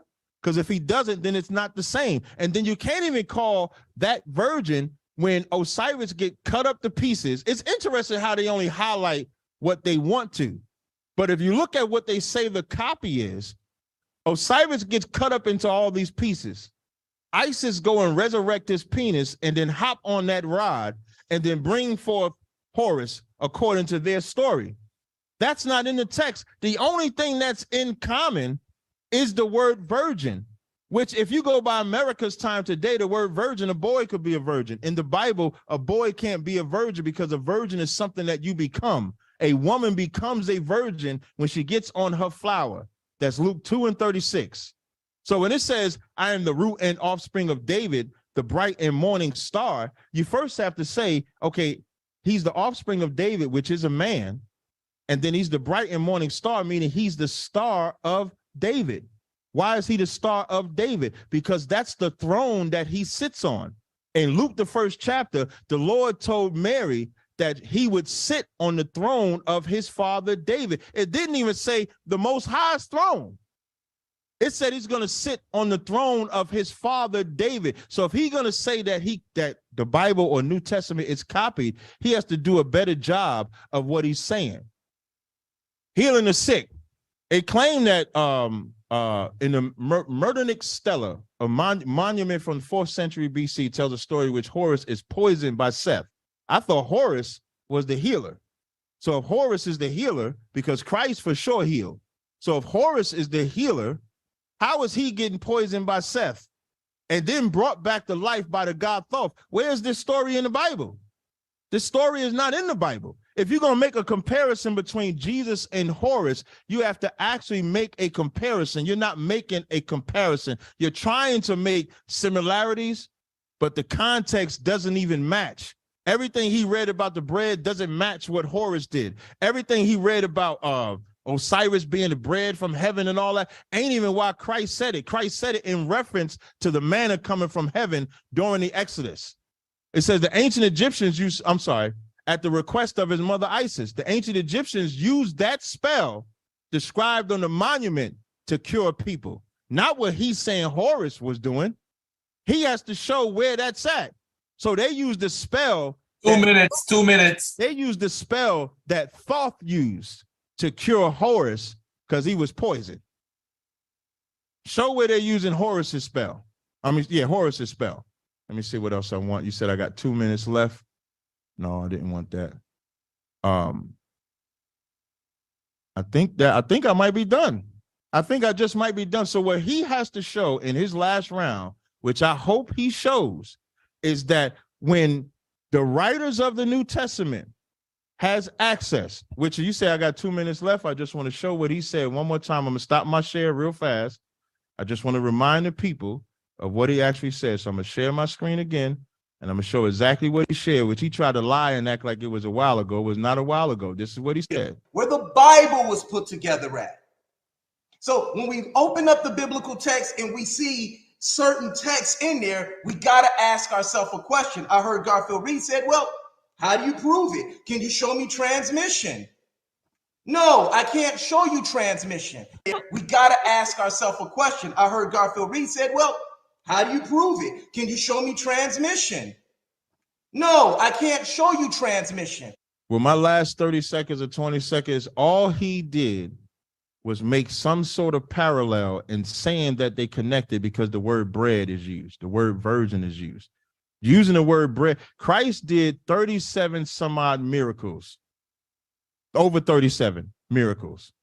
So just because somebody did something else, even having a God is not something synonymous with Israelites. So whatever miracles they performed does not mean, that's like if you go into Hinduism or something else, does not mean because they did similar things that one copied from another. To show a copy, the text that he's showing, he has to show how the writers of the Bible had access to it. He has not shown it yet. I yield. All right, right before the 10-minute mark. Beautiful, good job. All right, come on in, my brother, Chris Harris. This is your third and final round. Let's get it. And after this, we're gonna have a question and answer. Tazaryach is gonna. I think Chris goes first. I think Tazaryach goes first. But anyway, Chris, when you're ready to start, let me know and I'll start the clock for you, my brother. 10 minutes. This is your third and final round. All right. So at this point, man, I could pretty much freestyle it because what he's doing is he's ready to start. You want me to start the clock? Can you hear me? Yeah. Do you want me to start the clock? Oh, I thought, is my screen being shared? No, sir. Oh, okay. No, don't start yet. Let me get my screen up here real quick. So we're going to go. I don't want to talk until I get it up. All right. So, all righty. All right. So what he's doing is reading. Hold on. Okay, no problem. I don't see anything yet, brother. There's nothing. It's saying. All right. Let me just restart this. Thank you, Garfield. Let's do this again. All right, here we go. Can we see it? No, sir. We can't see it. All right, let's try this again. What's going on that we can't see it? All right, it's saying on my side here. Here it is right here. Can you see it? There you go. Hold on. Let me start the clock. Hold on 1 second. You can start. Go ahead. All right. So let's keep dealing with this right here because what he's doing is he's continuously reading from a religious text. Hold on. I'm sorry. Yes. I apologize. Don't move. Captain Tazaryach, you got to keep your camera on, brother. Tazaryach, you got to keep your camera on. His camera is on? Okay. Go ahead, brother. Yeah, my camera's never been off. I'm going to mute my mic back, though. All right, cool. Go ahead, Chris. I'm sorry. Go ahead. All right. I want that crown, Cap, after this debate. That's what I want. I want that crown. I'm coming for your crown. All right, let's try this again. Let's try this again. Okay, can you see the screen share? Can we see it? Testing, 1, 2, 3.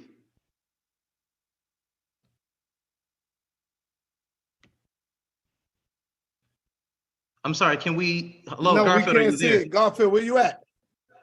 I'm right here, my brother. I'm gonna start over the time. I'm gonna reset it and start over the time.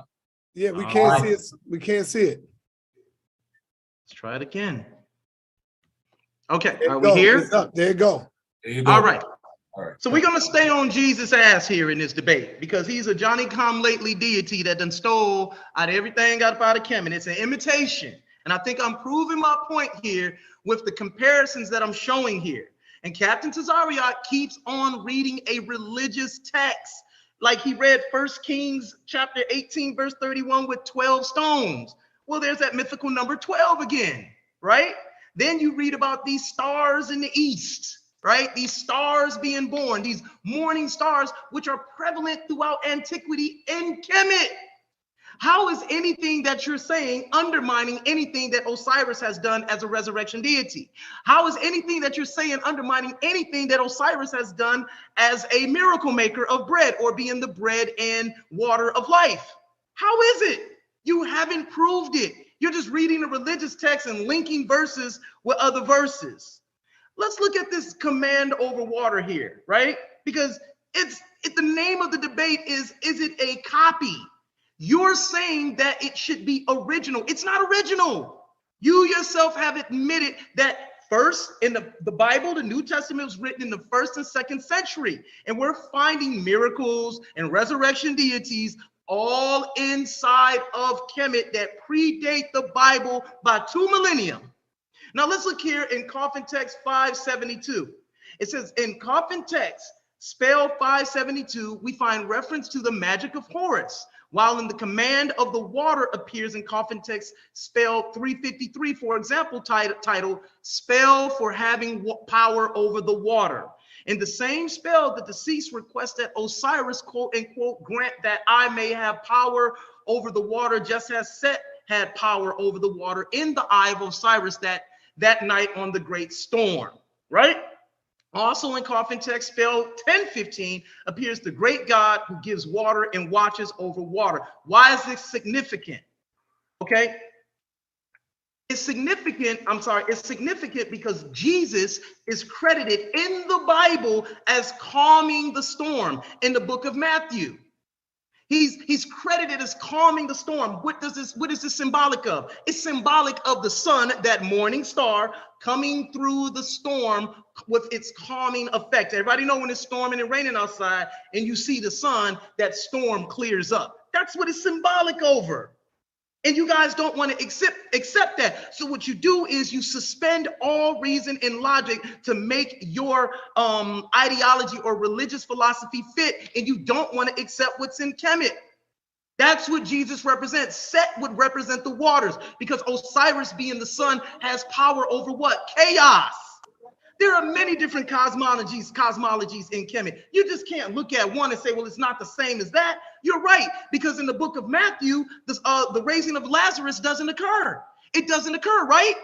Well, if it doesn't occur, that would mean that, guess what? That still doesn't take away from the fact that Jesus, according to the biblical narrative, is a resurrection deity. He's the Son of God, and he performs miracles. But in the book of John, it do.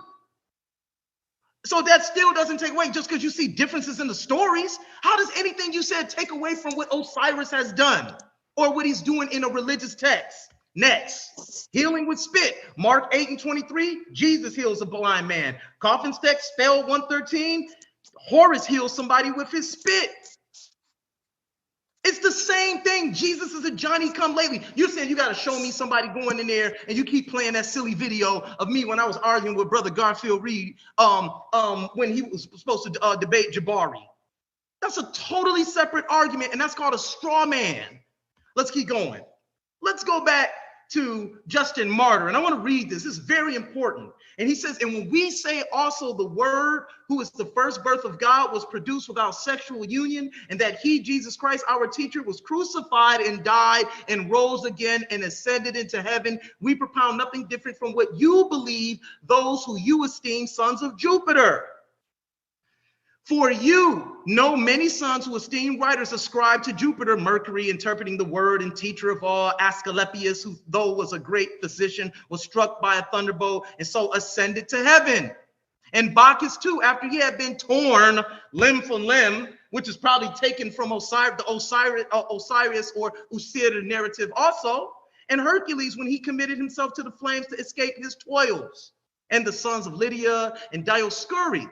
So when we see here, he's ascribing, hey, look, we believe in the same thing that you believe in.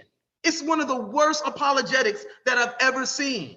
Now, let's look. If Jesus is the only one to ascend into heaven, who in a church father that you mentioned at the beginning of this debate that you probably never read, he's telling you, oh, yeah, y'all got him too, but ours is real because we believe.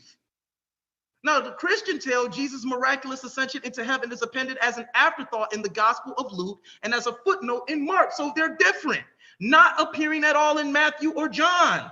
So they're different stories. But that doesn't take away from what he did according to the religious text.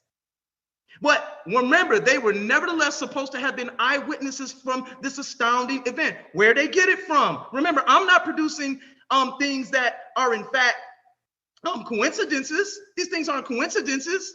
Look at what it says. After studying the precedents for the accession and myths of other cultures, it becomes obvious, as Justin Martyr agrees, that the motif was added to the Christ myth in order to compete with others. As one of these mythical precedents, the God's ascension to heaven is repeatedly referred to in the very ancient Egyptian text as well. In the Journal of Near Eastern Studies, in an article entitled The Ascension Myth in the Pyramid Text, Berkeley professor of history, Dr. Whitney M. Davis states that the myth of the ascension of the king represents one of the principal myths of the ancient Egyptian pyramid texts. The ascension of both Osiris and Horus may be found in pyramid text 303 For example, here it is, ascending into heaven. It says right here, oh, you Western gods, Eastern gods, Southern gods, and Northern gods. These four pure-reeded floats which you set down for Osiris when he ascended to the sky. Let's see, let's keep going. Ascending into heaven in the Bible. Who has gone into heaven and is at the right hand of God with the angels, authorities, and powers have been subjected to him? First Peter chapter 3, verse 22, which Peter ain't nothing but Jupiter, by the way. Get it? Peter, Jupiter. Let's go to another imitation. Let's take a look. This is one of my favorite ones here. In Matthew 3:17, and Luke in 3:32, this story does not happen in the book of John, but you would agree that it's real, but they're not in the book of John or in the book of, in the book of Mark, but it says, let's take a look at when the so-called gods decide to speak in the New Testament. He said, this is my beloved son in whom I am well pleased. Now, when we read Newt and the Deceased King, utterances 1 through 11, it says, to say by Newt the brilliant, the great, this is my son, my firstborn, opener of my womb. This is my beloved with whom I have been satisfied. It's taken right out of the pyramid text. So how is it original or unique when the God of the Bible is clearly paraphrasing pagan texts? 2 minutes, 2 minutes. They can't even be more original. What the fuck is going on? Are you serious? Garfield, pause my time. I got you. Thank you. Ladies and gentlemen, come on, man. Come on, man. We're better than this. All right, stop unmuting your mic. All right, go ahead, Chris. All right, so I want to deal with this, this morning star here. Now, in the pyramid text, Osiris is the morning star. Now we know the morning star is presented when the 3 stars of Sapadet point to the birth of the sun at the winter solstice. That's what makes Osiris, a resurrection deity, the morning star. Now it reads, Horus pointed has come forth from thee, and his name Horus, who is in Sapadet, Horus in Sapadet, quote unquote. So as we can see, there is nothing unique concerning the Eastern star mentioned in the nativity narrative. How does something so pagan end up in the Bible? The bright star in the east was associated not only with Isis, Horus, and Osiris, and with Hathor, but also with the god Anbu, the dog-headed, quote unquote, an epithet of Sirius as well. In her analysis of the myth of the bright star and the 3 wise men, mythologist Barbara Walker states, the star of Anubis or Anubis was Sothis or Sirius, according to the Greeks. The eye of the dog in Greek, Canopus, Sirius is the star forming the quote-unquote eye of Canis Major, the great dog. It is the brightest star in the sky. Egyptians believed it held the soul of Osiris, whose rebirth coincided with the rising of the Nile flood. You have to understand the cosmologies. These things aren't real, Tazaryach. So when Osiris rises with the Nile flood, he becomes the living water. Those who drink from him shall never perish. The story of Horus calling forth his father from the tomb is nothing but Horus calling Osiris from the grave of winter. And as the waters rise, Osiris comes forth. It's allegory. It's mythology. It's to represent something deeper. And these stories permeated the whole area. This is one of the weakest arguments I've ever heard you make. Time. I don't think we're ready for this debate. Time. Thank you, Chris. All right. So we're going to have 2-minute rebuttals. 2 minute, keep your camera on. 2 minutes from Captain and 2 minutes from Chris. Then we're going to have the question and answer period, where you're going to ask 5 questions for 7 minutes. And then we'll move from there. All right. So, when you're ready, you're going to share your screen, Captain, for the 2 minutes? Yeah, I'm just going to show some Bible verses. Again, this so not going to share. Wait, hold on 1 second.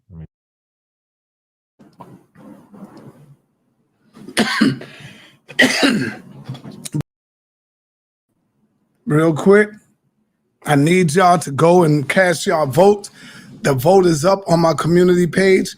Go and vote and see who won this debate, because I will give my opinion on who won when this whole thing is over. I don't want nobody following me. Y'all can go ahead and voice your own opinion. I don't want to steer the crowd no way. Use your own common sense. I want you to use your own common sense so they don't think we bias. All right? So use your own common sense, and the poll is already up. Let's get back to it.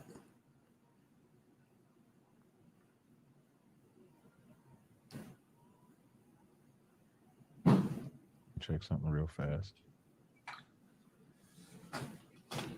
Yo, Cap, you want to do another round? I was thinking about it, actually. It was actually a little better than I thought. But no. I know, I'm pretty good, right? No, you're not that good. You're terrible. I want that shirt. I want that shirt. I know you want the shirt, because you know you can't your ass whip. You shouldn't say that. You shouldn't say that out loud like that. Yeah. And I want them gauntlets. I want that gauntlet. The black one. I want them gauntlets in that shirt. I want them gauntlets in that shirt. Go ahead, brother. Let me hold on 1 second. Let me just reset the room real quickly. Okay. I'm gonna mute everybody out. And then Tazaryach, you're the only person I want to unmute. Go ahead, unmute. And we get right back to the debate. Everybody keep your mics on mute and turn your cameras off, except Chris and Tazaryach. All right. Shout out to Brother Sanchez in the building, by the way. Peace and love to you, brother. All right. Captain 10K in the building out of Missouri. Peace and love to you, brother. All right. Captain Shear. Yeah, I'm gonna share. I'm only gonna share. Tell me how good you can see this. I'm just gonna share my eSword app. Just let me know if you can see this. I'm gonna share. Yes. eSword. Can y'all see that? Or is it hard to see? If you just let me. You could see it, but we're not able to see it. Like, we'd have to probably freeze it and blow it up. Okay, what I wanted to do, let me see if I move it over, if I shrink this down. You probably still can't see it. What I wanted to highlight was just some verses just to counter what he's talking about. So I'll just do it like this. I'll just I don't necessarily need the screen share unless they need to see the scriptures. I'm just going to tell you the scriptures. Hold 1 second, Captain, before you go. For anyone who joined the debate late, you're going to get a copy of the debate in your email early tomorrow morning around 7 a.m. Eastern. All right. Let's keep it respectful also in the chat. And remember also, we have a debate coming up April 8th with Tazaryach again versus Shaka Amos. Whose writing can fix the Black community? The ancient Kemitic writings or the ancient biblical writings? Also, this Saturday coming up, next Saturday, is Raw Bond versus Aboriginal Power. So everybody's going to get an email about that debate, and that's $20, and that's going to be next week, Saturday at around 7 p.m. also. All right. Tazarak, whenever you're ready, brother, I'll start the clock. I appreciate it. 2 minutes. When Christ says, I am that living water, first of all, I don't know how much I can stress in John, the 4th chapter, when it talks about he's that living water. Why is he even saying the living water? All you got to do is go to Jeremiah 2 and 13. I'm sorry, yeah, Jeremiah 2 and 13. It'll clearly tell you, for my people have committed 2 evils. They have forsaken me, talk about the Most High, the fountain of living waters. What is the water? The water is talking about keeping the commandments. It's not talking about what he's saying that it's talking about, whether it be agriculture or anything like that. Like, he can't make this about star worship or sun worship or anything, because that's against the laws of God. If I go to Deuteronomy 17, it says, if there be found among you within any of the gates which the Lord thy God give thee, man or woman that have brought wickedness. What is the wickedness? And have gone and served other gods. When you go into the Egyptian pantheon, they have tons of gods. Our culture says you can't have other gods. Worship them, either the sun or the moon or any host of heaven. This is why I'm emphasizing he has to show where we copied that from those writings, because according to the New Testament and the Old Testament, Christ didn't break the law. He kept the law. So there is no reference to a sun worship, moon worship, or any other host of heaven. All I have shown is how metaphorically it has played back and forth. So when he brings up the sun worship, he doesn't have an answer. When he brings up the waters is talking about keeping the law. That's what Christ is talking about. So when you go to John 7 and 38 and in the book of John, it is say, he that believeth on me, as the scriptures have said, out of his belly shall flow living water. Why is he saying that? Because when we go out and teach the truth, now they have living water to actually come to life by keeping the laws of God. That's all it's talking about. It ain't talking about vegetation. In order for him to show what he's talking about, he has to show the Israelites using it the same way the Egyptians were, that he says. So the argument is futile. That's why he has not shown biblical copying. Stop. Time. 2 minutes. You got 2 minutes and 20 seconds. I got to give Chris the same. I wanted you to finish your point. All right. So, Chris, you're going to get 2 minutes and 20 seconds also. It's your rebuttal time, and then after that, we're going to get the question and answer period. Let me get a screen share. Oh goodness gracious, Cap. This is not good. Let's tell me when you want to start, brother. When you want me to start. All right. So let's start this up real quick. So what Captain just made was a very ethnocentric argument here. He's judging everybody else. Chris, you're not sharing. You're not sharing. Why is this not sharing here? Let's try this again here.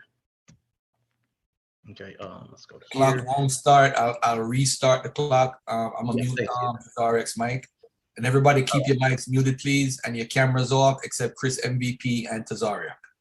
Okay, can we see this? It's not up yet. It's coming. I guess it's loading up. Okay.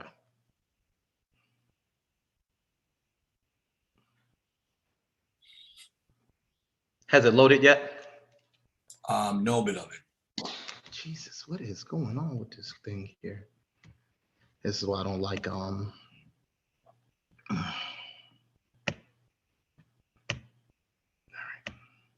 right.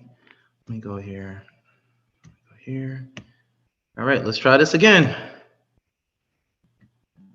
All right. Is it up? Hold on.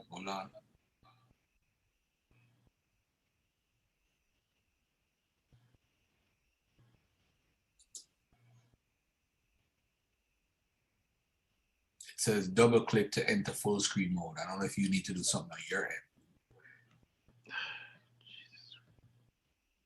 Okay, can you see it now? No, we cannot see it. No. Jesus. All right. Let's try this. Okay. Let's try this again here.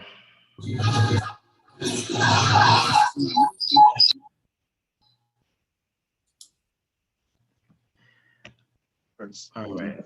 Stay patient with this thing here. I'm trying to get this going. I don't know what's happening here with my rebuttal every time I get ready to go do this. Let's try this. Let's try this again. All right, we have it.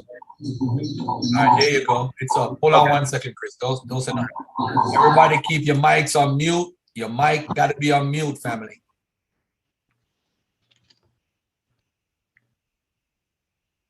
All right, let me know when I can start. All right, hold on. Let me get the clock straight so that you have your time right. And this is your final third round rebuttal. All right, here you go. Go ahead, my brother. All right, so what Captain just made is a very ethnocentric argument here. Now, ethnocentricity is when you evaluate other people's cultures according to the standards of your own culture. And this has always been the problem with the Israelite narrative. What happens is they say, well, we don't study other people's cultures. Well, according to the biblical narrative, you guys were never monotheistic because you guys were always being cursed for always adopting everybody else's gods.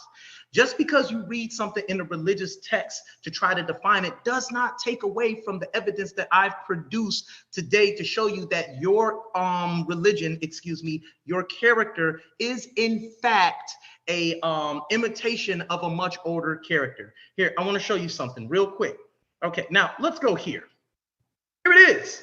Here is a Dejed pillar with Ra rising, and here's Marie Aset and Marie Neptis. Why is this significant? Because we can clearly see that both of these things are in fact, this is an imitation of something that came a lot later. You understand what I'm saying? This is the imitation. This came a lot later. This is in your biblical narrative when Jesus comes out of the tomb and the two Marys are there.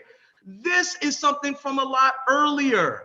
That is something you can just look at it and see that is a clear imitation that we can see in Kemit with the rising of the Dejed pillar and Ra and Osiris versus this Johnny come lately cracker named Jesus. You can't read a religious text in order to prove a religious text and say just because you have laws pertaining to your God, somehow that means you all didn't imitate other people's religions when that's what you all were getting in trouble for all the time. You guys always got in trouble for it according to the biblical narrative. You guys says in the biblical narrative, you were there 400 years. Then he talks about you guys don't look at stars and things like that. How so? When in the Matthew narrative, the wise men were following the stars, trying to find what? The birth of the boy named Jesus. Then in the book of Genesis, Time. Man, we got to get real here. 2 minutes ain't enough. But anyway, it's good. Let's rock out. All right. So now we're going to have the question and answers. We're going to have, I think, first is Captain Tazaryach questions Chris Harris, and we're gonna have each debater gets to ask the other debater 5 questions in a 7-minute period. All right, so let me stop the clock. Let me get both mics got to be open, and we're gonna try our best. I gotta definitely moderate this whole thing properly, make sure that we don't talk over each other. My brother, whose face is on the screen, my brother, you need to mute, you need to turn your camera off. Number 460-326, whatever your name is, you need to turn your camera off. The only 2 cameras supposed to be on during the debate is Tazaryach and Chris Harris. Thank you very much, my brother. All right. Let's see if there's anybody else's camera on. Craig, come on, Craig, you Dagger Squad. Come on, man, follow the rules, brother. All right. Yo, can we take a water break, man? All right. So hold on. So who's asking? Wait, Tazarak. Tazarak, are you ready, brother? Yeah, I'm right here. Hey, Tazarak, is it all right if I grab a bottle of water? If you need Thank you. water, that's fine. Yeah, thank you. So in this era, again, family, this time of the debate, each debater gets to ask the other debater 5 questions in a 7-minute period. Tazaryach gets to ask Chris first, and Chris gets to question Tazaryach after. All right. While Chris go get his water, again, I want to remind people that there's a Shaka Amos debate coming up with Captain Tazaryach, April 8th. Next week, Saturday, is Rawborn versus Aboriginal Power. Who are Black folks in America? Are they Aboriginals, indigenous people of this land, or are they African Americans? That's what the debate is about. Who are the Black folks in this land? All right. Let me see what else. All right, Chris getting his water. All right. Tazaryach, you up. I'm gonna get the clock. We actually good on time, by the way, too. So it's almost 9 o'clock Eastern time. So we good on time. And for those who came in late, I got to see my brother Morpheus coming in late right now. You're gonna get a copy of the debate if you paid for it. You're gonna get a copy in the morning around 7 p.m., 7 a.m. Eastern, a copy of this actual debate. All right. Chris, are you ready, brother? Woo! Woo, I needed that. All right. Cool. Yes, sir. Woo. All right. So, Captain. Yeah, let's go. Let's go. Hold on. Don't start yet. Hold on. Ready? Go. Did you show any transmission of the writers of the New Testament copying from the Kemetic records? Can you give me a definition of copy? Garfield, stop his time. I actually gave it in the beginning of the debate. If you actually paid attention, I think you should know what copy. Well, you didn't know the title of the room, so I can understand why you don't know. Boy, stop. Get that definition up. You didn't know the title. You did not know the title of the debate. You put Christian in the debate. That's a straw man. Christian was not in the debate. That's not a straw man. That's what you did. Jesus That's is a Christian. All right, hold on. Let's look. You asked for a definition. I pause the time. Yeah. Definition. Yeah, I had to go screenshot because you tried to lie and say it was Christian. Hold on one second, Tazaryach. My brother, I just told you to turn your camera off. You go back out. You come back in with your camera back on. So now I'm gonna read the definition. Hold on, Tazaryach. Let me deal with this guy right here. Mm-hmm. Ah, boy, I tell you. Hold on one second. Why is he sharing his screen? This is my question there. We shouldn't see his screen. Oh, mine is still up. My bad. I ain't know. Yeah, turn that shit off, man. All right, here we go. I'm going to start the time back. Okay. And here we go. Go ahead. So the definition of copy and we pretty much have imitation or transcript or reproduction of an original work, such as a letter, painting, table, or dress. That's right. So the question. Am I free to answer the question? Well, I wasn't arguing transmission. I was arguing an imitation. The definition of copy, as it corresponds to this debate that I used, was imitation, and I showed you imitation in the text, where both gods were doing the same thing. Both gods were resurrection deities. Both gods were considered kings. Both gods were considered real kings on this earth. Both gods ascended into heaven, and both gods were considered the bread of life. So I showed imitation. My argument was not transmission or plagiarism. That wasn't my question. So then you agree that you didn't show transmission? That was not my argument. I showed imitation. So I'm just asking it's a simple yes or no. You agree that you did not show transmission? That is a loaded question pertaining to. Not a loaded question. It's a yes or no. A complicated question requires a complicated It's complicated answer. because once you answer no, it destroys your argument of this debate. Well, my argument was not transmission, but imitation, according to the word. The title of the debate was not imitation. The title of the debate is the biblical story of Jesus, copy from ancient Kemit. We read the definition of copy. Imitation. That would mean that in order to copy, they would have to have access to the original to transmit it into what they call the New Testament. So I ask you another question. Can you show where they had a copy of the coffin text, the various coffin texts that you named? Can you show that they had access or a copy of those texts? No, you necessarily can't show. I don't think the argument was about, do they have a copy of it? What we should be answering is why do pyramid texts and coffin texts and coffin text and Book of the Dead text end up in the Bible almost word for word? The same archetypes and motifs found in the pyramid text and coffin text end up in the Bible almost word for word. This is why I chose the pronoun of imitation. You are arguing plagiarism. That is a plagiarizing argument. I am arguing imitation. The coffin text that you're mentioning, these were in the coffin, correct? The coffin texts have been pulled out, and these stories. We're talking about back then. We're not talking about today. We're not talking about today where archaeologists dug them up. Mm-hmm. The historians that I cited in the beginning, the question again, these coffin texts was in the coffin, correct? Yes, those were found at the temple. There were some found at the temple of Saqqara. That is correct. Yes. So when you At say the pyramid that text of Saqqara, excuse me. Yes. so when you say that they're copied, this is why I'm asking the question. And because we're in 2023, this is why this question is going over your head. If you saying they copy, but these coffin texts are in the coffins, you have to show they had access to the coffins to copy it from. That is an argument. That is an ignorant argument. I'm going to explain why. It's not Just because, I have to answer the question. Just because something is called a coffin text or the Pert and Peru does not mean that is especially found in the coffins alone. Here's why I'm going to explain this. These stories were based on the lore of the Kemetic gods, and they were also taught in the temples. The Jews lived in Alexandria, and they comprised of what? 50% according to Plutarch, 50% of the population there. They could have learned these stories there when the New Testament was commissioned under Ptolemy, or the Bible was commissioned under Ptolemy to be written along in the 1st and 2nd century.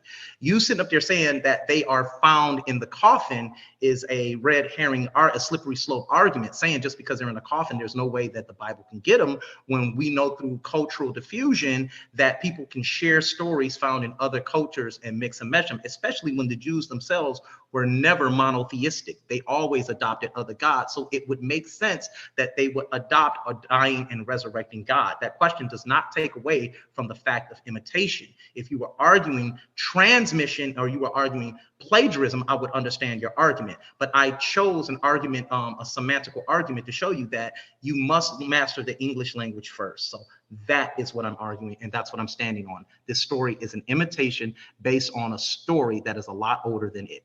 The only way the story can be an imitation is if you could show that they had access to what they were imitating.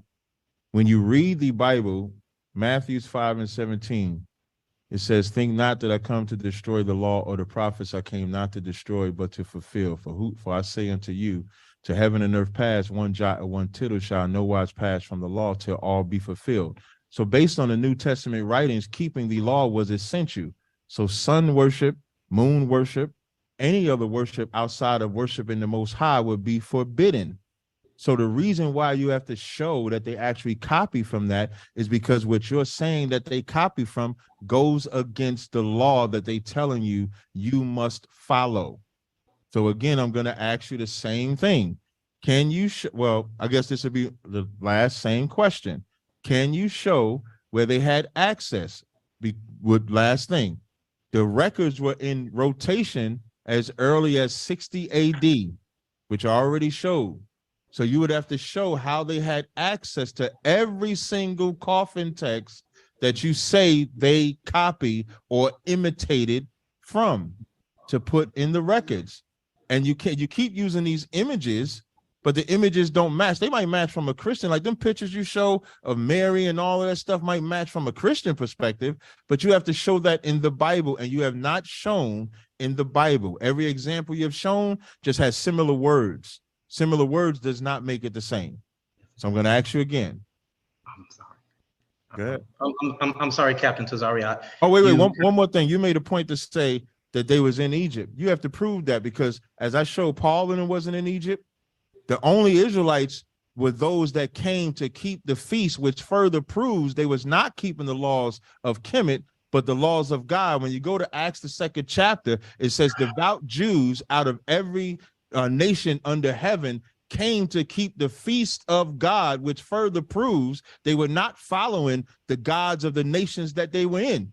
They was in Pathros, they was in Cush, they was in other nations outside of Egypt, and still came back, outside of Egypt, and still came back to serve God. That's in the book of Acts. So you keep saying that they put this stuff from Kemit in there, but they didn't. Time. Now, Chris, you're gonna get 7 minutes to question Tazaryach, and then after that, you're gonna give your final 5 minutes closing remarks, and then Tazaryach is gonna close out. All right. I'm gonna start the clock. Chris, are you ready to ask your questions, my brother? Give me 1 second here, because I want to do something real quick if it's So okay. you're asking him, so you don't really need to share that. Are you going to share something? Okay, there we go. All right, I got it. All right. All right, cool. Okay, cool, sweet. All right, hold on. Tazaryach, are you there, brother? Yeah, I'm here. You gave me All right. So I'm gonna start the clock right now. Go ahead, Chris. Okay, cool. What was the name of the debate, Captain Tazaryach? Is the biblical story of Jesus Christ copied from Kemit? Okay. Do you believe Jesus existed? Yes. Do you believe that Jesus arose to be at the right hand of the Father? I believe he rose to redeem the children of Israel. Very good. So did he ascend into heaven is what I'm asking you. Yes. Okay. In the book of the dead, can you explain to me excuse me, I'm sorry, I'm moving a little bit too far here. Do you believe that he is a resurrection deity, that he resurrected from the dead? He's not the only person that ever resurrected from the dead in the Bible. You can go from Elijah, raised a man. But I'm just, yeah, you're right about that. Yeah, so that it certainly doesn't make him Chris, you gotta let him respond. Chris, you gotta let him respond. I didn't ask him a question. You did ask a question. Do I believe? Okay, That's a question. Come on, man. Okay, go ahead. Yeah, don't get mad because I'm about to beat the hell out of you. So anyway, Christ is not the only man that's been resurrected in the Bible. Elijah raised the boy from the dead. So even when Christ raised Lazarus from the dead, that's not nothing special. It's the river that flows through the Bible. So Elijah did it, Christ did it, and then Christ was resurrected as well. Okay, so you're saying that Jesus is not an original story based on the biblical narrative? Original story from what? We're not talking about the story. We talk about what I'm saying. You didn't ask about the story. You asked about resurrection. You just said that. Hey, stop. I'm gonna pause the time. All right. When Chris, when you ask a question, you gotta let Tazaryach answer, bro. And it's not about if you like the answer or not. You gotta give him time to answer. Oh, I thought I was. Okay. All right. Go ahead. So relax. Just ask a question and whatever. Sonny, do you want to say something, brother? Yeah. I wanted to say, once Chris asks him a question, if Chris is fine with the answer, he can continue to move on. Why wasn't that the case? Because it is Chris' time, 7 minutes. So Chris could get out 5 questions or 6. He won't be able to get it out if you allow the other party to continue to go on. So once Chris is satisfied, he can begin to ask the next question. Hey, why wasn't that the case with me? It should have been. It should have been. Okay, then if it wasn't with me, then you can't come in here with the remix. Go ahead, mute your mic. I appreciate it. I'm just coming back over here. I'm listening to y'all now. But go ahead, Chris. You can handle this. All right, no sweat. So you repeat that last question you asked? Okay, so I'm gonna just ask you simply: is Jesus an original story? Christ is an original story as far as being the savior of the New Testament for the children of Israel. But the question that you asked about resurrection, about somebody being raised from the dead in the Bible, that's not original. The only thing original about Christ is he raised himself up with the power of the Most High. Elijah did raise a boy from the dead, though. Okay, so why does he share the same mythological components with Asar or Usir, with him being resurrected, if he's an original deity? He can't share it because according to what you say about the Book of the Dead, Horus raised Osiris up. In the Bible, that's what you said. According to the Book of the Dead, that's what you can interrupt me. I don't mind. That's what you said, right? So what I'm sitting up there saying is you're agreeing that he was resurrected. It doesn't matter. We still have an archetypal motif that he was resurrected. Am I correct? It's not the same archetype at all. Yes, it is. It's a resurrection. In this debate, you tried to compare Osiris being resurrected to Christ raising John. You even tried to make Lazarus be Osiris, which I showed Lazarus is Eleazar out of the Bible. So I showed where Lazarus, the name Lazarus came from, was from Eleazar, which is Hebrew for God help us.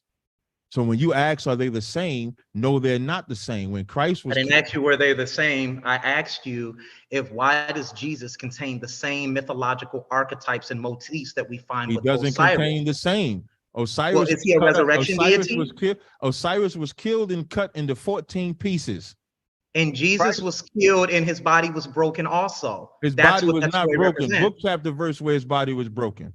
He said in You the can't, narrative. no. You can't ask questions, Tazaryach. I'm sorry. There is no book, chapter, verse. No. It's my turn to ask the question now. You I just was finished answering. No, He I was says, answering, in but the I couldn't story of ask the question. Osiris, hold on. In the story of Osiris, his body is broken. Jesus presents bread to his disciples, and he says, this is what I'm talking about motifs. He breaks the bread and said, this is my body, for it is broken for you. It was symbolic.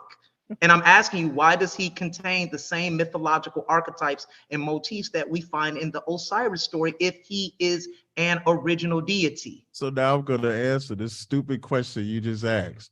So now you combine it, John the 11th chapter, when Christ got killed, and you comparing it to Lazarus with Osiris, and then you combining it to when Christ is by himself. You do realize I'm sorry. What you're combining is two different stories and trying to make them match, and you're looking like a fool. Osiris was cut into 14 pieces. His wife, who was his sister, had to resurrect the penis to bring forth Horus, to then bring. Thank you, Captain. Thank you, Captain. Back to life. Thank you, Captain. Captain, I don't know. The bottom line is, I'm asking you why you if he's an original. Hold on, Captain. Captain, bro, no. Captain, I asked you the name of the debate. Is Jesus a copy? No, but what you just did, but what you just. But you cut me off in my answer. Questions. But you cut me off in my answer, though. Hold on, Chris, you gotta let him finish, though. You gotta let him finish. How long does it take to answer this? When you took long to answer, I didn't stop you. I'm not stopping you. All right, hold on. Time out. Had to unmute to say to Tazaryach, you gotta let him finish. He's done it with you twice already. Time out. I pause the time, right? Tazaryach, finish answering. And then Chris asks the next question. All right. Okay. All right. No problem. Go ahead. So now what you just did was try to combine. Osiris was chopped up into 14 pieces. His wife, who was his sister, had to go resurrect his penis, have sex with it, then create a boy that could then resurrect Osiris. That's that story. That story is nowhere in the Bible whatsoever. When Christ symbolically said the bread and the blood, it was in reference to the bread and the blood of the lamb, because he was saying it represented the New Testament. That's biblical. He's biblically referencing himself to the Passover, not Osiris. All right, next point. Next question. Go ahead, Chris. All right. So we agree once again. I'm going to ask you a question. Can you give me the definition for original? Please pause the time, Garfield, while he pulls up a definition for original.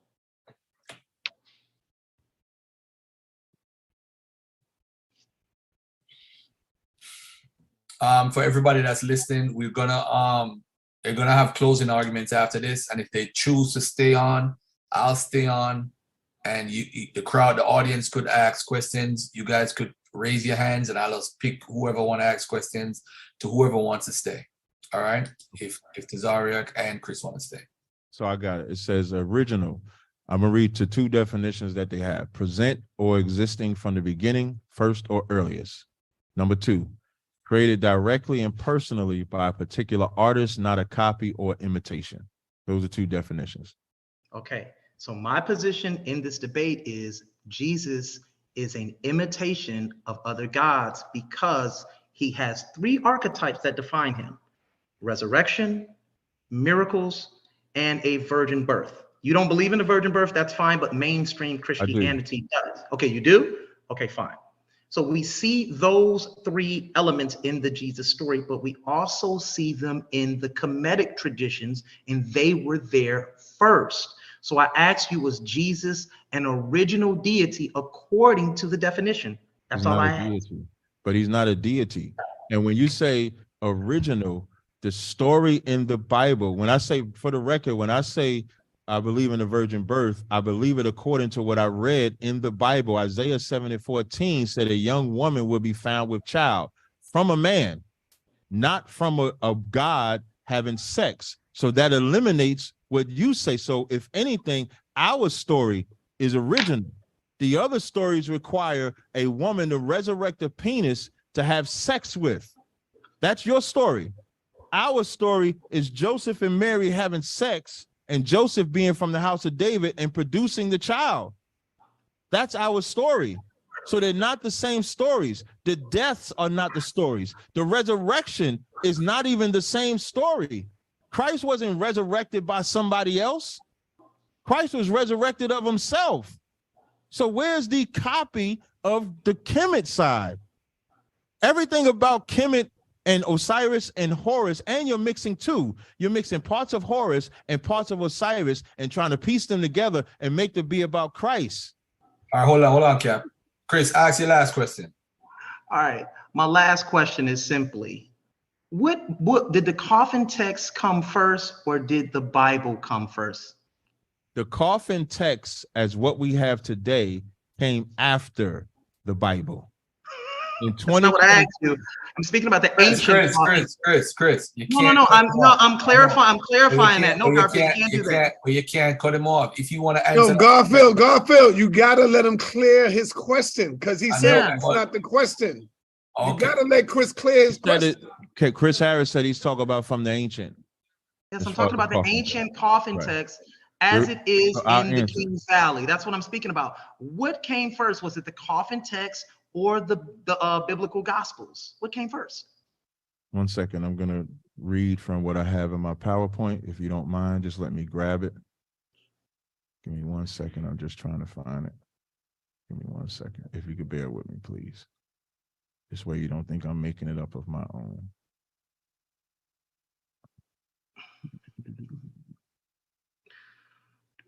So if I read Book of the Dead, and like I said when I first read it, the Book of the Dead is called the Book of the Dead because they was found by the coffin, so it's the same thing. Yes. It says an ancient collection of mortuary texts made up of spells or magic formulas placed in tombs and believed to protect and aid the deceased in the hereafter. Probably compiled and re-edited. The collection included the coffin text dated from 2000 BC, pyramid text 2400 BC, and other writers. These records. Thank you. I have nothing else to say. I'm not finished though. Okay.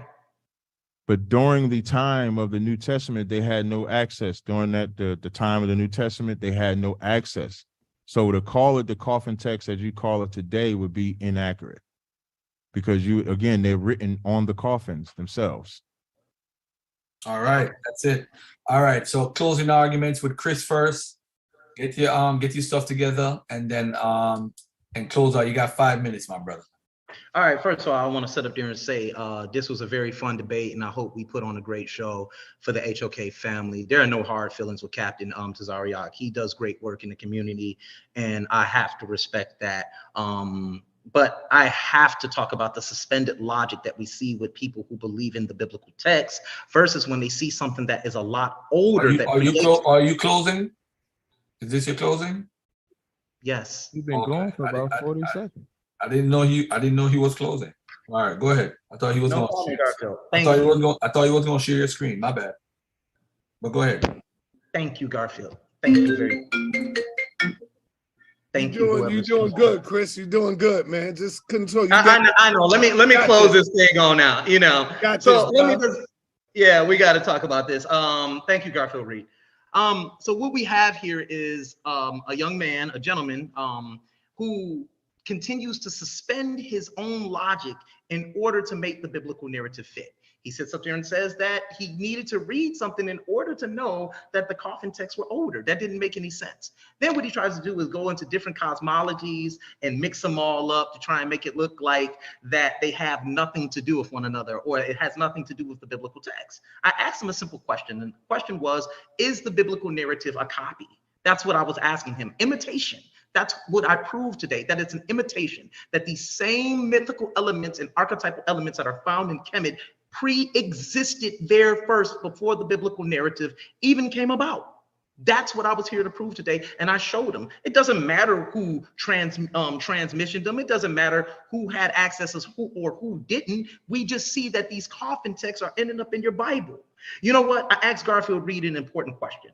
How does Philo's logos concept end up in the book of John? The word of God, which predates the New Testament by some 100, I think 75 to 100 years. It predates it. So how does his concept end up in there? Are we going to sit back and say, hey, who transmitted it? Who did it? No, we have to use common sense and see that this is a narrative put together by a group of people who were trying to pursue something or push something for a political gain or political interest. That's all it is. And what they did is they gathered texts in Alexandria, they gathered texts from Sumeria, they gathered texts from all over the world, and they put together this Bible. We cannot continue to suspend our logic in order to make something fit. Jesus is a sun deity. Osiris is a sun deity. Jesus is a resurrection deity. Osiris is a resurrection deity. Horus is the son of Asar. Jesus is the son of Yahweh or El.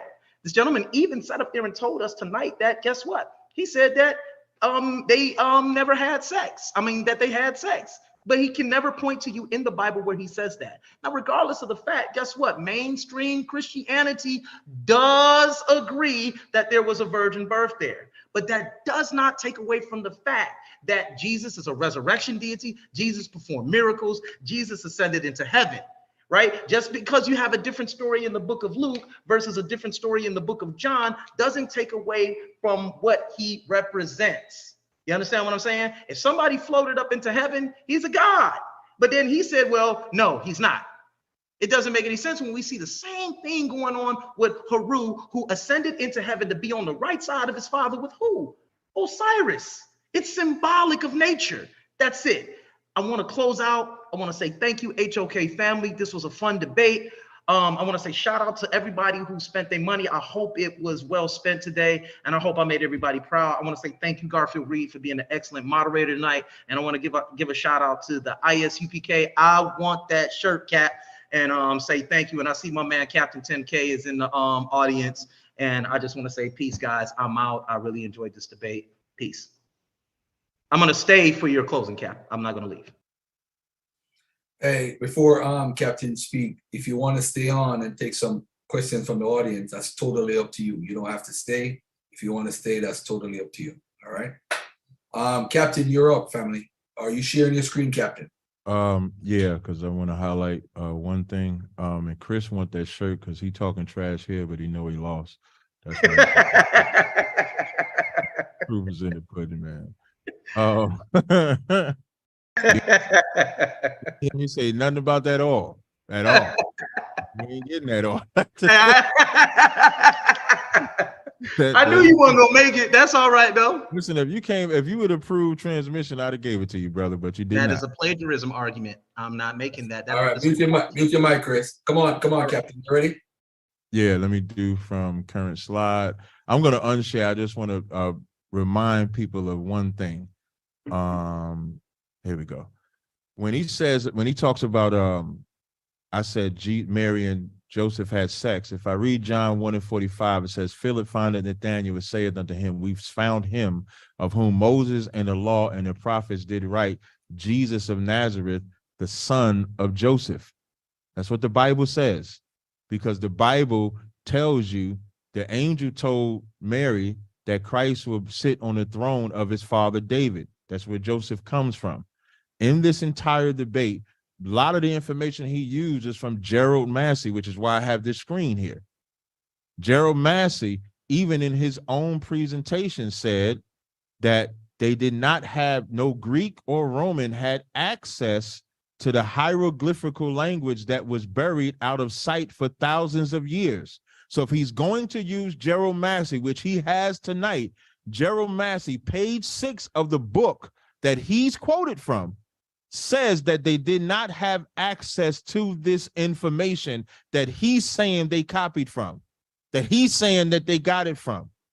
The scholars do not respect Gerald Massey. So when y'all want to assume he won, the scholars reject the very information that he's using to verify it. This has been a horrible debate to me personally. Entertaining, yes. Horrible, no, because what I expected was a better argument from him other than these so-called similarities. He combined John the 11th chapter, Matthew the 27th chapter, and pieced the bread here, and Christ raising a whole another man from the dead to make that be about Osiris and Horus. Well, who's the other God? It would have to be at least another God for that to even make partial sense. So it's not logical in this debate to biblically show. At best, if he was battling a Christian, I can't even say he still would have the credence, because once I establish when the New Testament was founded, any information that he brought forth that came after the New Testament was founded is irrelevant. So he did not show that in this debate at all. I was able to cleanly show when the New Testament was founded, as early as 60 AD, it was already in rotation. I was able to show that from scholars that there's no Egyptian influence based on the Textus Receptus manuscript of the Bible. I was able to show that. He did not dispute any of the information that I gave. It's called a straw man argument to paste all these different coffin texts and say these people had access to all of these different coffin texts, and then just made up this story about Christ when Christ taught to be against the very Egyptian text that he's saying they copy from. It just doesn't make sense. And the last thing I was able to show for every quote, I was able to show how Christ got it from the Old Testament. That bread from heaven, I was able to show that same bread came down in the Exodus story when they was leaving out of Egypt. So I was able to show where Christ actually copied from. He copied from his own ancestors. So when you actually pay attention to the debate, he did not show any copy, any of that. He just grasped at straws. So I appreciate y'all coming out today. This slaughter of Egypt will take place when I get Shaka in a couple of weeks. And so with that, I yield. All right. Let me give my take on the debate. And I want the people not to follow me. Just do what you do. But what I will say on this debate, it is very clear that